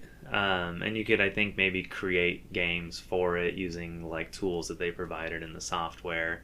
It was meant to be sort of like something for like young children to get into, like learning about. There was that piano one that you can construct and stuff like that. It was definitely pointed towards like a younger audience, kind of introducing them to some new concepts and maybe kind of spark some kind of creative fire in kids, which I thought was pretty cool. Yeah. But I mean, it's not really meant. There's no crazy, interesting experience on there. Yeah, it's not a PSVR, equivalent. No. There's no games for it, aside from, like, the stuff that came bundled with the cardboard. Right. So you think Nintendo could lean into VR? I'm saying that's the other possibility. Okay. Really, I think it's going to go in the versatility direction. So you think they're mostly going to stay... You think they're going to stay within the hybrid handheld console to TV? If I had to take an estimated guess, I think that's going to be the direction. I mean, I would think Nintendo would be foolish to do anything otherwise. Yeah. They have a huge hit on their hands right now. Yeah. It's pretty affordable. And just the simplicity of taking it with you when you go. I mean, it's not as portable as, say, the 3DS was, where you could pop it in your pocket. Do we know if the same administration responsible for releasing the Switch is also still currently the Nintendo administration team? Yeah, Nintendo, they don't change too much. I mean, Satoru Iwata had to die for there to be a new... I mean, if he had stayed healthy... I think he would have continued on through the Switch. I mean, from what I've read, he was responsible, for leading the company as the Switch was being developed behind the scenes, Unfortunately, he didn't get to live to see the Switch come out. Right. But so for me, that reinforces my theory, I think. Yeah, I hope it's also the same. It's boring to Right. just do it again Right. and just do it more powerful. But yeah, it could be better. It could be better, but Nintendo, the one wrench I'll throw in this theory of ours that they'll just make a beefier, more powerful. Maybe it has a couple cool, unique new features, but largely it's a Switch 2. Right. And that is what the articles and stuff we've seen are calling it. Switch Right. 2. Well, Switch successor. Right. The one wrench I could throw in that argument is that Nintendo is known for not doing what people expect it to do. Right. I mean, Nintendo is known for, usually from one generation to the next, doing something pretty different. They almost have a track record of releasing a super successful console and then a flop, yeah, and then another one. Successful console. So I gotta imagine Nintendo is really stressing their next step. Yes. Like, if it is just another Switch, they're probably scared so much of how they're naming it. Because they saw what happened. They thought, we got to keep the Wii branding, because the Wii was a huge, massive success. So let's call, instead of the Wii 2, we'll call it the Wii U. Right. But then nobody knew what it was. And people thought it was like a peripheral for their Wii. Hindsight's always 20/20. But looking back, we can see that all the advertising, all the marketing for the Wii U, all showed the controller. Yeah. And sometimes the console behind it. Right. And yeah, that is going to lead the general public to think that this is a peripheral or something for the Wii, not a new console. Right. Confusing people, and just didn't have the tease that the Wii had. So, what if it is just another Switch? What do they call it? Oh, I don't know. I mean, this is what it's probably going to be, another Switch. Let's be honest. Right. That's probably what they're going to do. It's probably going to function very similarly. It might even be backwards compatible with Joy-Cons and Pro controllers and things like that. God, I would hope so. They've sold so many of those different Joy-Con variants and different Pro controllers to people. Well, we saw that keeping the name scheme that you just talked about with the Wii and the Wii U. We also saw it with the DS and the 3DS. Right. So if I'm going to go based on history, they might call it like the Super Switch or something like that. See, that doesn't tell me it's a new Switch. That could tell me it's like the DSi. Right. Of Switches. So, I don't know, in my head, I think they could keep the same form factor and not even call it the Switch. They could just have a whole new name for it. Right. Or if they do want to keep the Switch branding because people know it, people love it, it's got to be Switch Nintendo 2. Switch 2. Right. There's no other way to do this. Yeah. There's no other way to effectively communicate to every single person that this is a new Nintendo Switch. Also NES to SNES, is Right. the same. This is kind of their format. Right. It's how they've done it. Super Nintendo Entertainment System. The idea of them calling it like the Super Nintendo Switch is kind of a cool throwback, but it sounds kind of kiddie, Right. Or like the Switch Advanced, Right. I really think they just got to keep this really smart and simple. Unfortunately, the public is easily confused because they're not all as paying attention as we are. Right. And you look at Sony, there's no question, the next PlayStation is going to be the PlayStation 6. Yes. Yeah. Very predictable. And it's boring, but it works. Right. People understand that this is a new console. And this is Nintendo's biggest roadblock. And I think there are probably people at Nintendo that are like, no, we can't call it the Nintendo Switch 2. Right. That's not Nintendo. Nintendo doesn't do that. I don't think they've ever done that. Have they? No. They've done a spin on the previous console's name, but they've never just straight up put a number. 2, yeah. The 3DS, they put the number in front. Right. But it was technically not the third DS. It was, just a clever way to say that, hey, this thing does 3D. Right. Yeah, that's not the same. So yeah, I would say Switch 2 is the wisest choice. Yeah. I don't think it's the choice they're going to choose. Okay. Yeah, Oh man, I don't want to see Nintendo hurting. I want to see them thriving still. Right. Because Same, of course. I mean, they still have a massive war chest from the Wii days, and certainly the Switch days have been very kind on them. I want to see all three console holders do well. Definitely. Of course, Nintendo has our hearts. Yeah. Because it's Nintendo. Yeah. But remember, they're still a company, a corporation like any others. Oh, yeah. Even though I know a lot of people have a fondness for them, they're not our friend. No, they're not. They're in the business of making games and money, selling them to us. Yeah, exactly.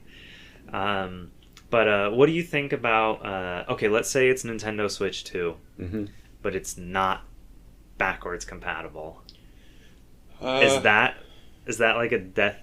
Like that's it. They're done. This generation is lost. No. So I know it's a hybrid. The Switch is. I still line it up with my consoles. Over my handheld. Definitely. Because it is the successor of the console. Right. It just does what the handheld does. I mean, the Wii U and the 3DS both went away. Right. And the Switch was born. Right. So it almost is the successor to both of them in a way. Yeah, but I agree with you. I do see it as more of a home console, but I don't think Nintendo will ever make it. You can say the Switch Lite goes more in the handheld. Definitely, it's okay. But the Switch Lite, for anybody who doesn't know, is a version of the Nintendo Switch that you can't dock and plug into your TV. You can only play it in handheld mode. Right.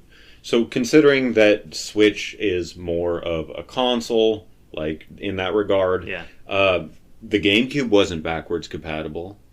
No, but the Wii was. The Wii was. Right. And the Wii U was. Yes, it was. Yeah, it was. The 3DS was backwards compatible with DS. Nintendo 64 was not.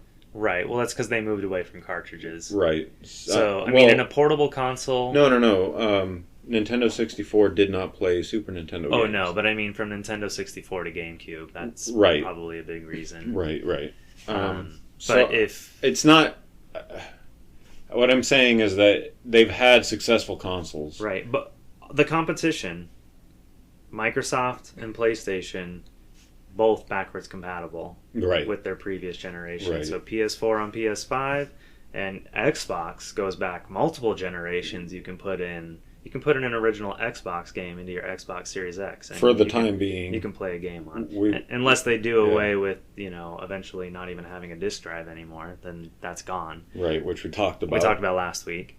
But I don't know. I think it would be a massive mistake on Nintendo's part. Absolutely. Yeah. I agree. A huge mistake. I think it would kill... I mean, I think a lot of people are under the assumption that they're going to be able to put in their Switch game and maybe via a patch, maybe just natively, it will enhance the gameplay. Like some of these games they target like 30 FPS, right? Right. But they only maintain like 20, 23, 24, 25.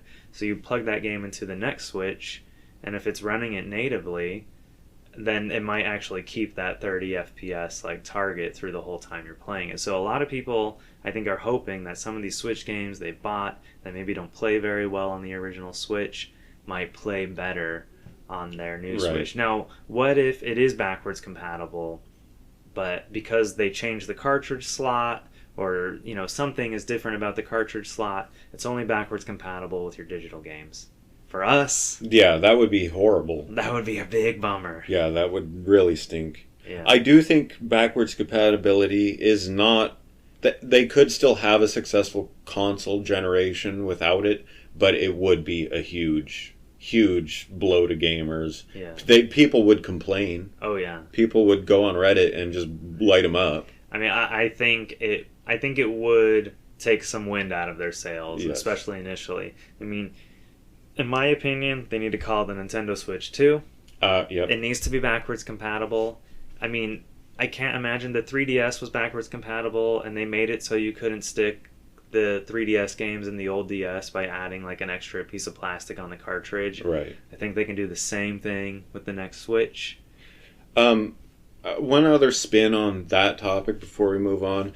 their handheld line has always been backwards compatible for the most part. Yeah. For the most part. So if the Switch is supposed to be any kind of spiritual successor to, the Game Boy line and then the DS line, it needs backwards compatibility. If that's the image, if that's the idea that they want to sell. Right.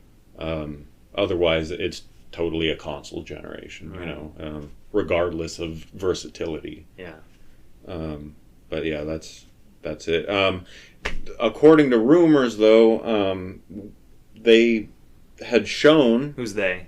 Nintendo. Oh, okay. Had shown at Gamescom... which is a big gaming convention in Germany that takes place every year. In Cologne, yeah. And they had shown in a back room a running demo of Breath of the Wild. Running on the new Switch? The new Switch hardware. Oh, okay. And so, yeah, that Where are you hearing this from? Well, Eurogamer reported on it, and okay. VCG reported on it, and then other other outlets carried that information. Okay. So what they did was they invited certain partners to come view what the new Switch is going to be graphically capable of, what kind of software it can run. Correct. And from the accumulation of information that we have, a demo of Breath of the Wild running at higher frame rate. Okay. Great. That's all we need is for Nintendo to remaster Breath of the Wild and sell it to us again. Yeah, that's what we need. I mean, I appreciate their Wind Waker HD release. Definitely. But hopefully we can just plug in our copy of Breath of the Wild and download a patch, or it just works. Yeah, hopefully. Perfectly. Hopefully. But I mean, supposedly also Matrix. I forgot the full title. There was that Matrix demo that they released back in December of 2020 for, I think, PlayStation 5 and Xbox Series X and Series S. It was a limited time demo to show off what the new Unreal Engine could do. Right. And also the console hardware at the time. Right. Which the new Switch is now running. So the new Switch can now run this really advanced, demanding demo. Yes. Which is pretty damn exciting. Right. Nintendo is normally known for keeping themselves intentionally one step behind the competition in terms of I think it's I perceive it as a company philosophy that big beefy under the hood power isn't required to make fun games. Right. And I think that's just me. Right. That's why Nintendo turns a profit on their consoles at day one. Right. While a lot of other companies are barely breaking even or sometimes losing money by selling consoles. Exactly. Now, the way that they're allegedly getting this done is using DLSS graphics cards. And this is proprietary NVIDIA technology, right? This is NVIDIA that put this out. And they started putting this out in 2018 is really when the first DLSS technologies started hitting the world. Okay. And it hit the world in 2 games, Battlefield 5 and Metro Exodus. But these were probably PC only. They were. It was an exclusive feature. It started on PC, as things usually, all games start on my PC. understanding is that this isn't even available on PS5 or Series X right now. Right. But because NVIDIA is making Nintendo's chips. Right. Well, this is all, again, rumor. Right. But, yeah, so the NVIDIA RTX chips are the graphics cards that have... what does DLSS stand for? Okay, so it's Deep Learning Super Sampling, and what it's very technical, so I'm going to try to... Dumb it down. Please. So basically, it allows the game and the game engine to actually render, and by render I mean calculate, a smaller resolution image. Okay. Right? Video output. Okay. So the NVIDIA card can sample only a few pixels and then fill in the unsampled pixels using AI effectively. If you think of CSI, we've joked about this a lot when they say enhance the image. Right. How that technology doesn't exist. This is basically it. Okay. It uses AI to you know, fill in the rest of the pixels that weren't rendered. So taking the load off of the CPU, off of the GPU, because if you think about the render pipeline, everything that has to go into calculating all the trigonometry, all the physics, and the graphics pipeline, rendering all that stuff out, is all trigonometry having to happen inside the computer. So if it can calculate less pixels, you're taking a big load, like the stress off of it, right? And then the graphics card just paints in what's not there. Really? So it can make it look like the next Nintendo Switch is 4K. Exactly. Basically, it effectively is 4K. They call it AI upscaling, I guess is sort of the colloquial name of the process. Right. It's a real-time deep learning. Okay. Again, it's very new technology. Now, it's really started in 2018, but in 2020 with 2.0 is when it became compatible for Unity and Unreal. Okay. And so now it is available to developers. Right, because Battlefield is made in DICE's proprietary Frostbite engine, I believe. So they probably had to build that technology into their engine. Correct. Now, I don't know what so the RTX is a graphics card, and we're currently at the 3rd generation of this technology, believe it or not. RTX 4000 is the current NVIDIA graphics card that supports the 3rd generation of DLSS. Of DLSS. DLSS also includes another process called DLAA, which is deep learning anti-aliasing. Okay. If you know what aliasing in games is. That's like when edges, it makes them look more smooth rather than all jagged and stuff, right? Yes.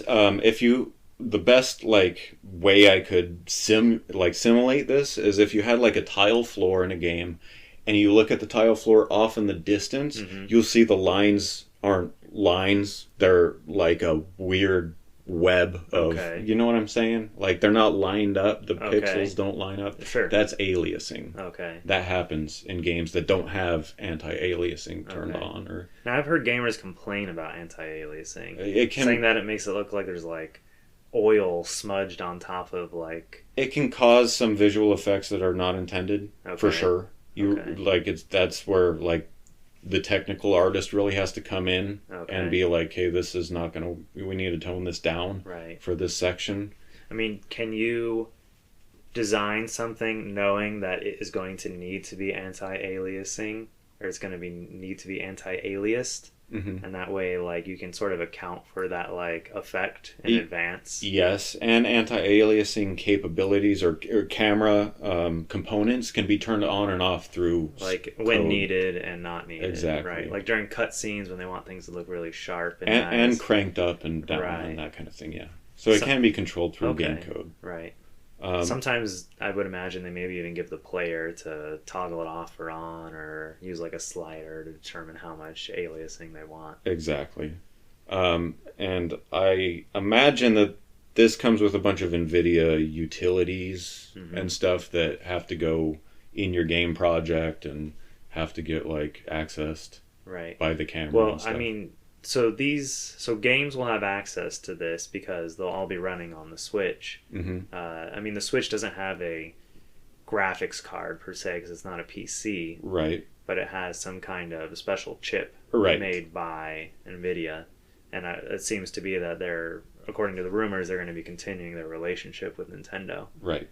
And I'm sure the Switch proved to be very profitable for NVIDIA, just due to, they've sold well over 100 million Switches at this point. Right. That means NVIDIA's getting a cut off every single one of those in some way or another. Right. And if you think about this technology too, it's only been really a PC. Right. That's so far, yeah. It hasn't entered the console space yet. Exactly. So that's kind of huge. Nintendo's going to have Yeah. For the first time in a long time, like an actual advantage. Yeah. Something that they don't have. It's not performance. Like, Right. it's really not. It's faking it. Right. But it's a technological step Right. that is more advanced than the competition. Yeah. And this could easily, I could see, if it's good, becoming the direction of the end of just how games are made. Right. We render, super low 12, 512 by 512 or whatever, and then this thing just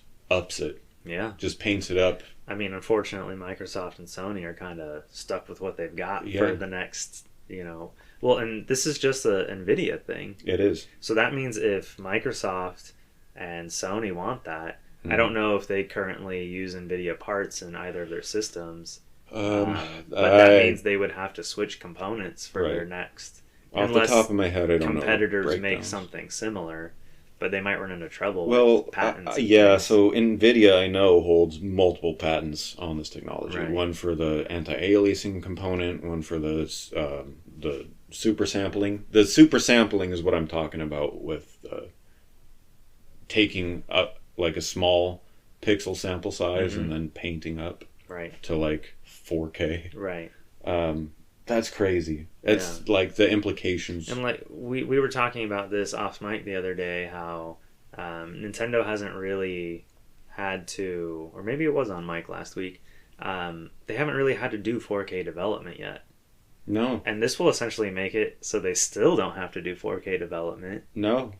They can continue to develop the way... Down the road, it could mean that no one will have to. Right. It'll be obsolete. It'll be like a silly way of doing it. Right. Like, why paint more when... Right. Why run crazy hardware trying to calculate and paint, actually render out, 4,000 pixels. That's insane. So yeah, this is like a big... I wasn't even aware of the RTX chip before this. Okay. Because I'm not a PC gamer. But... Right, me either. So I know. I used to be a PC gamer. Yeah, I've played PC games. I used to play a lot on my PC. I still do. But, it just... I don't know. And I'm going to sound like a baby, but, like, it just got to be too much with parts failing all the time and having to, like, constantly finagle. And I know people who play PC, they enjoy that. They like building constantly and upgrading it. And I get it. It's module, or it's got modules, so you can upgrade it without having to, like, start over with something new. Right. And I definitely see the merits of PC gaming 100%. But for me, and I'm going to sound like an iPhone user, I just want something that works. Yeah. I don't want to have to fiddle with it too much. Yeah, and you don't have to worry about like installation issues the same way with console and for drivers getting corrupted. Yeah, and stuff like that. For me, it's about like the controls. Yeah. And there's 100 counter arguments to my argument here, but first of all, playing anything with a keyboard and mouse, what are you doing? I mean, depending on the game, I can see it, but if I was a PC gamer, I'd be using a controller as much as I could. I just feel like I'm in the computer lab. Yeah. Playing a game with my class. And I can't. Takes you back to the 90s. Yeah, I just can't. Math blasters. Yeah, exactly.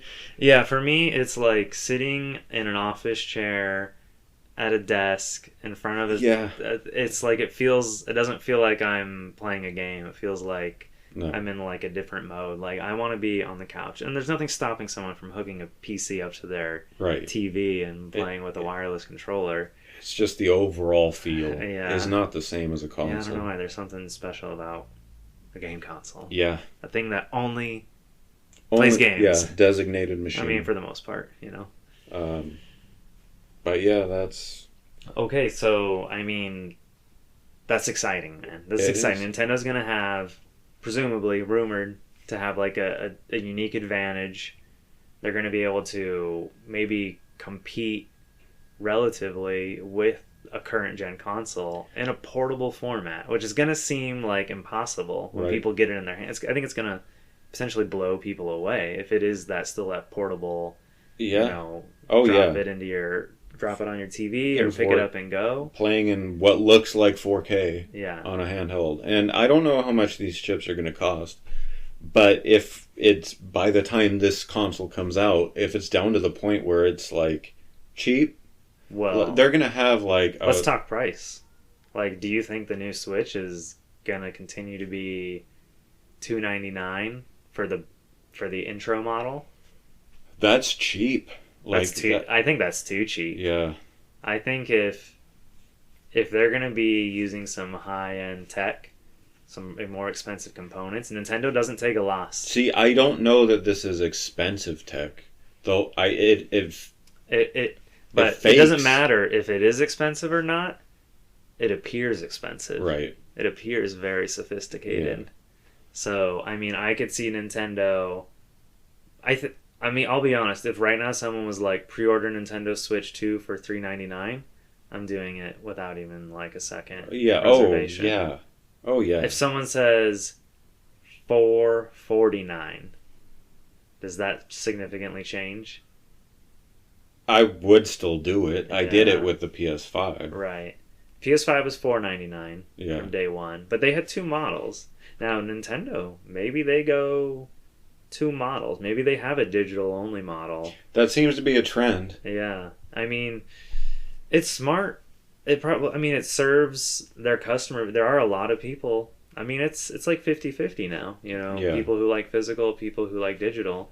You know, there's some of us who have it like a hybrid where they do both. Right.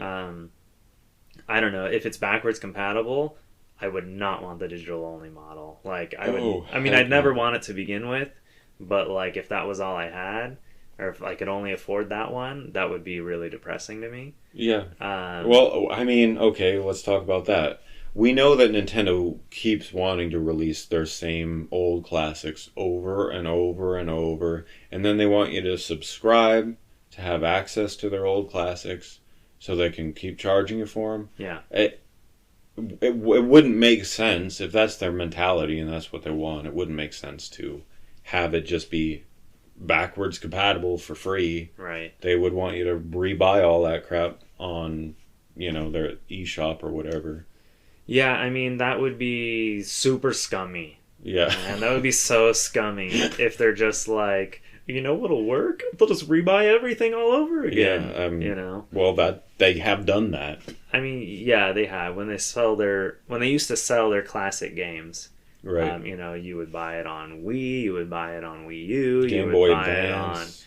Yeah, I mean that was like at least you're getting a physical product, right? Not just like a digital. But I mean, if you think about this process, it goes all the way back to those days. Yeah, I mean, even Super Mario. Like, they had the Super Mario All-Star Collection on Super Nintendo. Yeah. Which you were basically rebuying. At least it was in a collection. All the previous Mario games on the NES. Yeah, they were re-releasing, like, classics even back in Super Nintendo. Yeah. I mean, I think it's... I don't think we'll hear anything this year. But I think early next year, Nintendo's going to start talking. Mm-hmm. Nintendo's going to... They got to start letting people know. Yeah. I mean... The industry seems to be anticipating, just from little, you know, breadcrumbs we've gotten from developers and insiders, people that are actually in the know, that Nintendo Switch is coming next year, or the successor is coming next year. Right. So, I mean, if it is indeed coming next year, then Nintendo's going to have to start talking about it soon. Oh, yeah, definitely. I mean, there was a lead up to the Nintendo Switch coming out from when they unveiled it. I think it was about 5 or 6 months. Yeah, and so, I mean, you could probably expect this fall or late Q4 next year. To release, right? Yeah, I think maybe a fall release. I mean, the Nintendo Switch came out in spring, which is uncommon for game consoles. I mean, handhelds launch in spring. Mm-hmm. Or late winter. I know the Vita launched in late winter, and 3DS was early spring. But generally, home consoles release in the fall, usually a few months before the holiday season. Oh yeah, always. So I think, you know, the Switch was interesting that it launched in the spring, but I think because the Wii U was dead and done a year before the Switch even came out, it made sense to launch it sooner rather than later. Mm-hmm. You know, Nintendo needed some revenue coming in. Yep.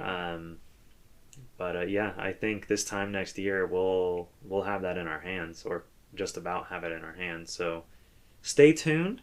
Yeah. There's going to be a lot more news on Oh, this. yeah. We'll probably be covering this all the way. I'll definitely be talking about it. But since we're on the topic of Nintendo, and I think we're going to wrap up with this topic as our last topic. Yep. Nintendo has announced that their online services for the 3DS and Wii U will be shuttering starting this April, meaning any games that require you to go online or have an optional online mode like Mario Kart 7, you want to go play a match online with a friend or with randoms, you will not be able to do that anymore. It's gone.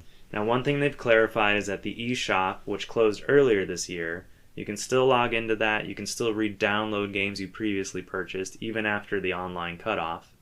But all games that have online functionality, meaning like score tracking, high scores, Yep. Multiplayer, player versus player, ad hoc multiplayer, all of that is going to go away. Any like special little downloads you can get inside the game that are free, you won't be able to have access to that anymore. I mean, we're talking about Pokemon. You can't trade with people online anymore. Yeah. Monster Hunter, you can't team up with other players anymore. Mario Kart, you can't race with people anymore. That means you're just you and the CPU or people who happen to be locally. It's like they want you to stop playing. Yeah. That's how it feels to me. It's interesting, Sony still has, that's, a lot of like PS3 games, a lot of 360 games. Most of those online servers have been depreciated at this point. Right. And, this is not exactly that era. This is more recent than the PS3 and 360. Most PS4 stuff is still up, although some third-party games have been depreciated. But yeah, Nintendo is just closing the door all at once, not just for select games only. I'm sure some of these games still have a lot of people online, but Nintendo's just like, no, let's go in all at once. It's not worth it for them. Now, there's one particular title that is having an exception made for it. Yep. And it's Pokemon Bank. Pokemon Bank. What's Pokemon Bank, Rick? Okay, so it's a storage application, I guess, for Pokemon up through, Ultra Sun and Ultra Moon? Yeah. So from, that spans, like, transfer-wise. Transferring, you can go all the way from Generation 3 Pokemon games. On Game Boy Advance. On Game Boy Advance. We're talking Ruby, Sapphire, Emerald, Fire Red, Leaf Green. You can technically, using various tools that weren't online and then eventually did become online-only tools. With Bank, specifically. You can transfer Pokemon all the way up through the current games, and you can even take them all the way to the Switch, so that Mudkip you caught in 2003, you can bring that all the way to Scarlet and Violet. Well, I don't know that Mudkip's in Scarlet and Violet yet, right. But you can bring it to the Switch generation of games, which is pretty darn insane when you think about it. I mean, there's people who like to collect all the ribbons from like all the Elite Fours and all the different regions, and all of that's going to go away one day, but for now, it's still getting a stay of execution. Yep. Interestingly, though, they said that Pokemon Bank will continue after April 2024, but the next day after Nintendo said it would continue, Pokemon issued a statement on their Play Pokemon Twitter account. And they said, while Pokemon Bank can still be used beyond the April 2024 date, we encourage players to transfer their Pokemon to Pokemon Home at their earliest convenience. So Pokemon Home has a way to import anything you have stored in Bank straight to Pokemon Home. Yes. So again, Bank is the 3DS tool. Pokemon Home is the Switch and mobile device tool to store and manage your Pokemon collection. But this is basically saying, you better do it quick. Right. This is basically saying we already have plans to shut down Bank. We're just doing it a little bit later. Just because it's not going to be in April 2024 doesn't mean it's not going to be in 2024. That's kind of the vibe I'm getting from this. Right. Like, I would not expect Bank to last any more than 12 months after this date. Right. I think that's the absolute most it could last till April 2025. You're probably right. But it might close sooner. They seem to be doing these things in a year cycle. The eShop closed in spring of this year. Now online's closing for 3DS and Wii U this year. And then the following year, they'll finally close the last thing alive on those systems. I think we mentioned this in the last episode briefly, but Bank is already closed off to newcomers. Like it's been that way since they shut down the eShop. You can no longer download Bank, and I think you can, but you can't use the transporter. You can download Bank only if you downloaded it previously before the eShop closed. Right. If you have it downloaded, you can continue to use it at no cost. It used to be a $5 subscription service to use it every year. Right. But now they've made it free since you can no longer pay for things on the Nintendo eShop. So that was a cool courtesy that they extended to players. Right. And there is a special tool for importing Pokemon from the 3D or the DS games, which is called Poke Transporter, which you could have only downloaded if you had previously paid for Pokemon Bank. Right. Which also works with the Virtual Console Game Boy titles as well. So you can even bring Pokemon from generations 1 and 2 via the Virtual Console Game Boy games, which is awesome. Right. That means right now, generations 1 through present can be brought up. Right. All the way to the current games. I mean, that's wild. Once the 3DS ends, that's it. Right. You can only bring Pokemon from generation... Once Bank ends. Once Bank ends their service, only Generation 8 and 9 games will be available on Switch. That's it. Now, most Pokemon are available on at least one of those games. There are a handful that aren't. So, I mean, I guess maybe they're thinking, well, you can still get all the Pokemon. Right. But it's just not the same. It's not. It's not the same. There's so much you wouldn't have access to anymore. And we're also forgetting... like Pokemon Coliseum and Pokemon XD, which were GameCube Generation 3 games. Yep. I mean, they're already kind of the redheaded stepchild of the Pokemon RPG franchise, the main series. But now they're going to be even more forgotten. Right, and those Pokemon from those games can also technically be brought up. Yeah, you can trade directly to the Generation 3 games from Pokemon Coliseum and XD and then carry those Pokemon all the way forward. I have a Sneasel that I caught, I think, in Pokemon Coliseum. That was like a shadow Pokemon, so it gets a special ribbon for being cleansed of its shadow property. And then I got it all the different ribbons from all the various different generations forward. And, now I have it in Scarlet or Violet. And, when I go to its ribbon page, it's just like, you just got to keep scrolling. It's awesome. Right. And they won't even need a scroll bar for ribbons anymore. No, because there just won't be enough ribbons to even like apply to your Pokemon. And not only that, but everything from Ultra Sun, Ultra Moon. It's when you start thinking. 3DS wasn't that long ago. No, the fact that the wasn't. 3DS generations of Pokemon games are going to be cut off is insane. That's my point. Yeah. I just played through that not that long ago. It feels like they got to do something if they're going to cut these games off. Then they need to have a remake or a digital version or even a physical version would be even better that you can play on Switch that can link to home. Right. Well, that's kind of what they're trying to do. I mean, we don't have any of the classic Pokemon games available on Switch. No, we don't. We have remakes, Brilliant Diamond and Pearl and all that. But even then, it's not the same game as the DS game. Not. I want the DS game to be available. I want the Game Boy Advance game to be available. I want the Game Boy game to be available. Yeah, it's not the same. So I really hope before they finally do close Bank, they find a way to get those games to us. Yeah. Either emulation with like a link into home, just like the way that the Game Boy and Game Boy Color games can link to Bank. We need something like that. Yeah, I don't think they're going to do it. I don't know, I'm more optimistic. I think we'll see some kind of classic Pokemon game collection, or they'll release them individually for $10 the way they did on 3DS. Oh, yeah, okay. I see what you're saying. Releasing all these on Switch or something. Exactly. Yeah, got it.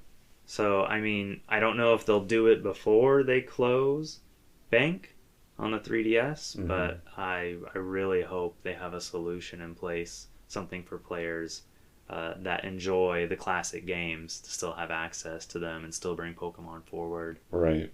And hopefully be able to move the Pokemon around from one classic game to the next classic game the way we can do now with the physical games on Game Boy Advance, DS, and 3DS.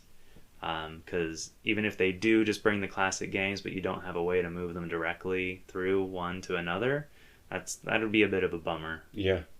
Yeah, this whole thing is a bummer. I don't even want the DS games to be cut off. Yeah. But yeah, it's happening. And again, this comes back right around to our argument about things being online. Yeah. You know, and not physical. Yeah. And yeah, it's just... This is just going to become the digital hate podcast. I would rather have a cable link that connects my DS to my Switch. I agree, yeah. I always thought maybe they would do something where, before they announced that Pokemon Home was going to be a thing, where like you could broadcast the... on DS, you can do a download play. Mm-hmm. And I thought maybe the Switch would broadcast some kind of special application that the 3DS could download. Because they did that, I think the link between the Gen 4 and Gen 5 Pokemon games, you would have to do download play on the DS in order to send Pokemon forward. Right. I thought maybe they could do something like that for Switch to 3DS, but then they did Home, which made it even easier than that was. But... Right. I kind of wish it was more local and not online only. Right. Because even one day, I mean, hopefully Home is around for the foreseeable future, and they just keep carrying this forward, and they don't make a new storage app. Yeah. Like, that's ridiculous. And going back to the Switch successor, it does seem like, you know, they're still making improvements to, like, the Switch UI. They're still adding, like, Bluetooth headphone features. So, like, that tells me that, like, they're just going to carry that UI over, that simple UI, over to their next console. I think Home could be better with... there's things that are missing from Home, for sure. Give me the model. Yeah. Like, show me the model. Yeah, not just a 3D render. Right. I mean, there's stuff on the mobile app that I wish was on the Switch app, and there's stuff that's on the Switch app that I wish was on the mobile app. It's kind of a mess. Why are you splitting the features between one and the other? Like the Global Trade Center... or Global Trade Station, you can only do it on mobile, but that should be on the Switch. Home could integrate like anything, like playing with your Pokemon, all the kind of cool stuff you could do with the stylus and the DS games. They could have all that in Home. That would be awesome. Yeah. You could even get ribbons. I mean, and stuff. I'm surprised that they've not even like increased the storage space. Right. I mean, since Home launched, several Pokemon games have come out. And there's been no increase in the storage space. And people are paying like $15 a year for this service. Right. So if you're listening to Pokemon Company, I could really use a few more boxes of storage. Please. Yeah. Please give me some more storage. You'll go through the 5,000 boxes or whatever. I'm at like 4,000 something right now. Pretty quick. I've got 20 plus years of Pokemon I brought forward. I need some more space, guys. Not all of your audience are Gen Z. Yeah, who just discard their Pokemon like they're nothing. Or you have never played any of the old ones. Right. Okay, well, I think that's a good place to end this episode on. Yeah. Thank you for joining us on our angry millennial rant about digital Pokemon. Yeah. And the rest of our episode. The rest of it, which I don't even remember what we talked about. I'm just so fired up about my digital Pokemon right now. The bank situation. So we'll be back this Tuesday. We're going to record another episode, so it'll just be a few days before you get to hear our voices again. Yeah. Thanks for joining us. Yeah, thanks for joining us. Have a good one. End the transmission. End the transmission. Oh, okay, I like that.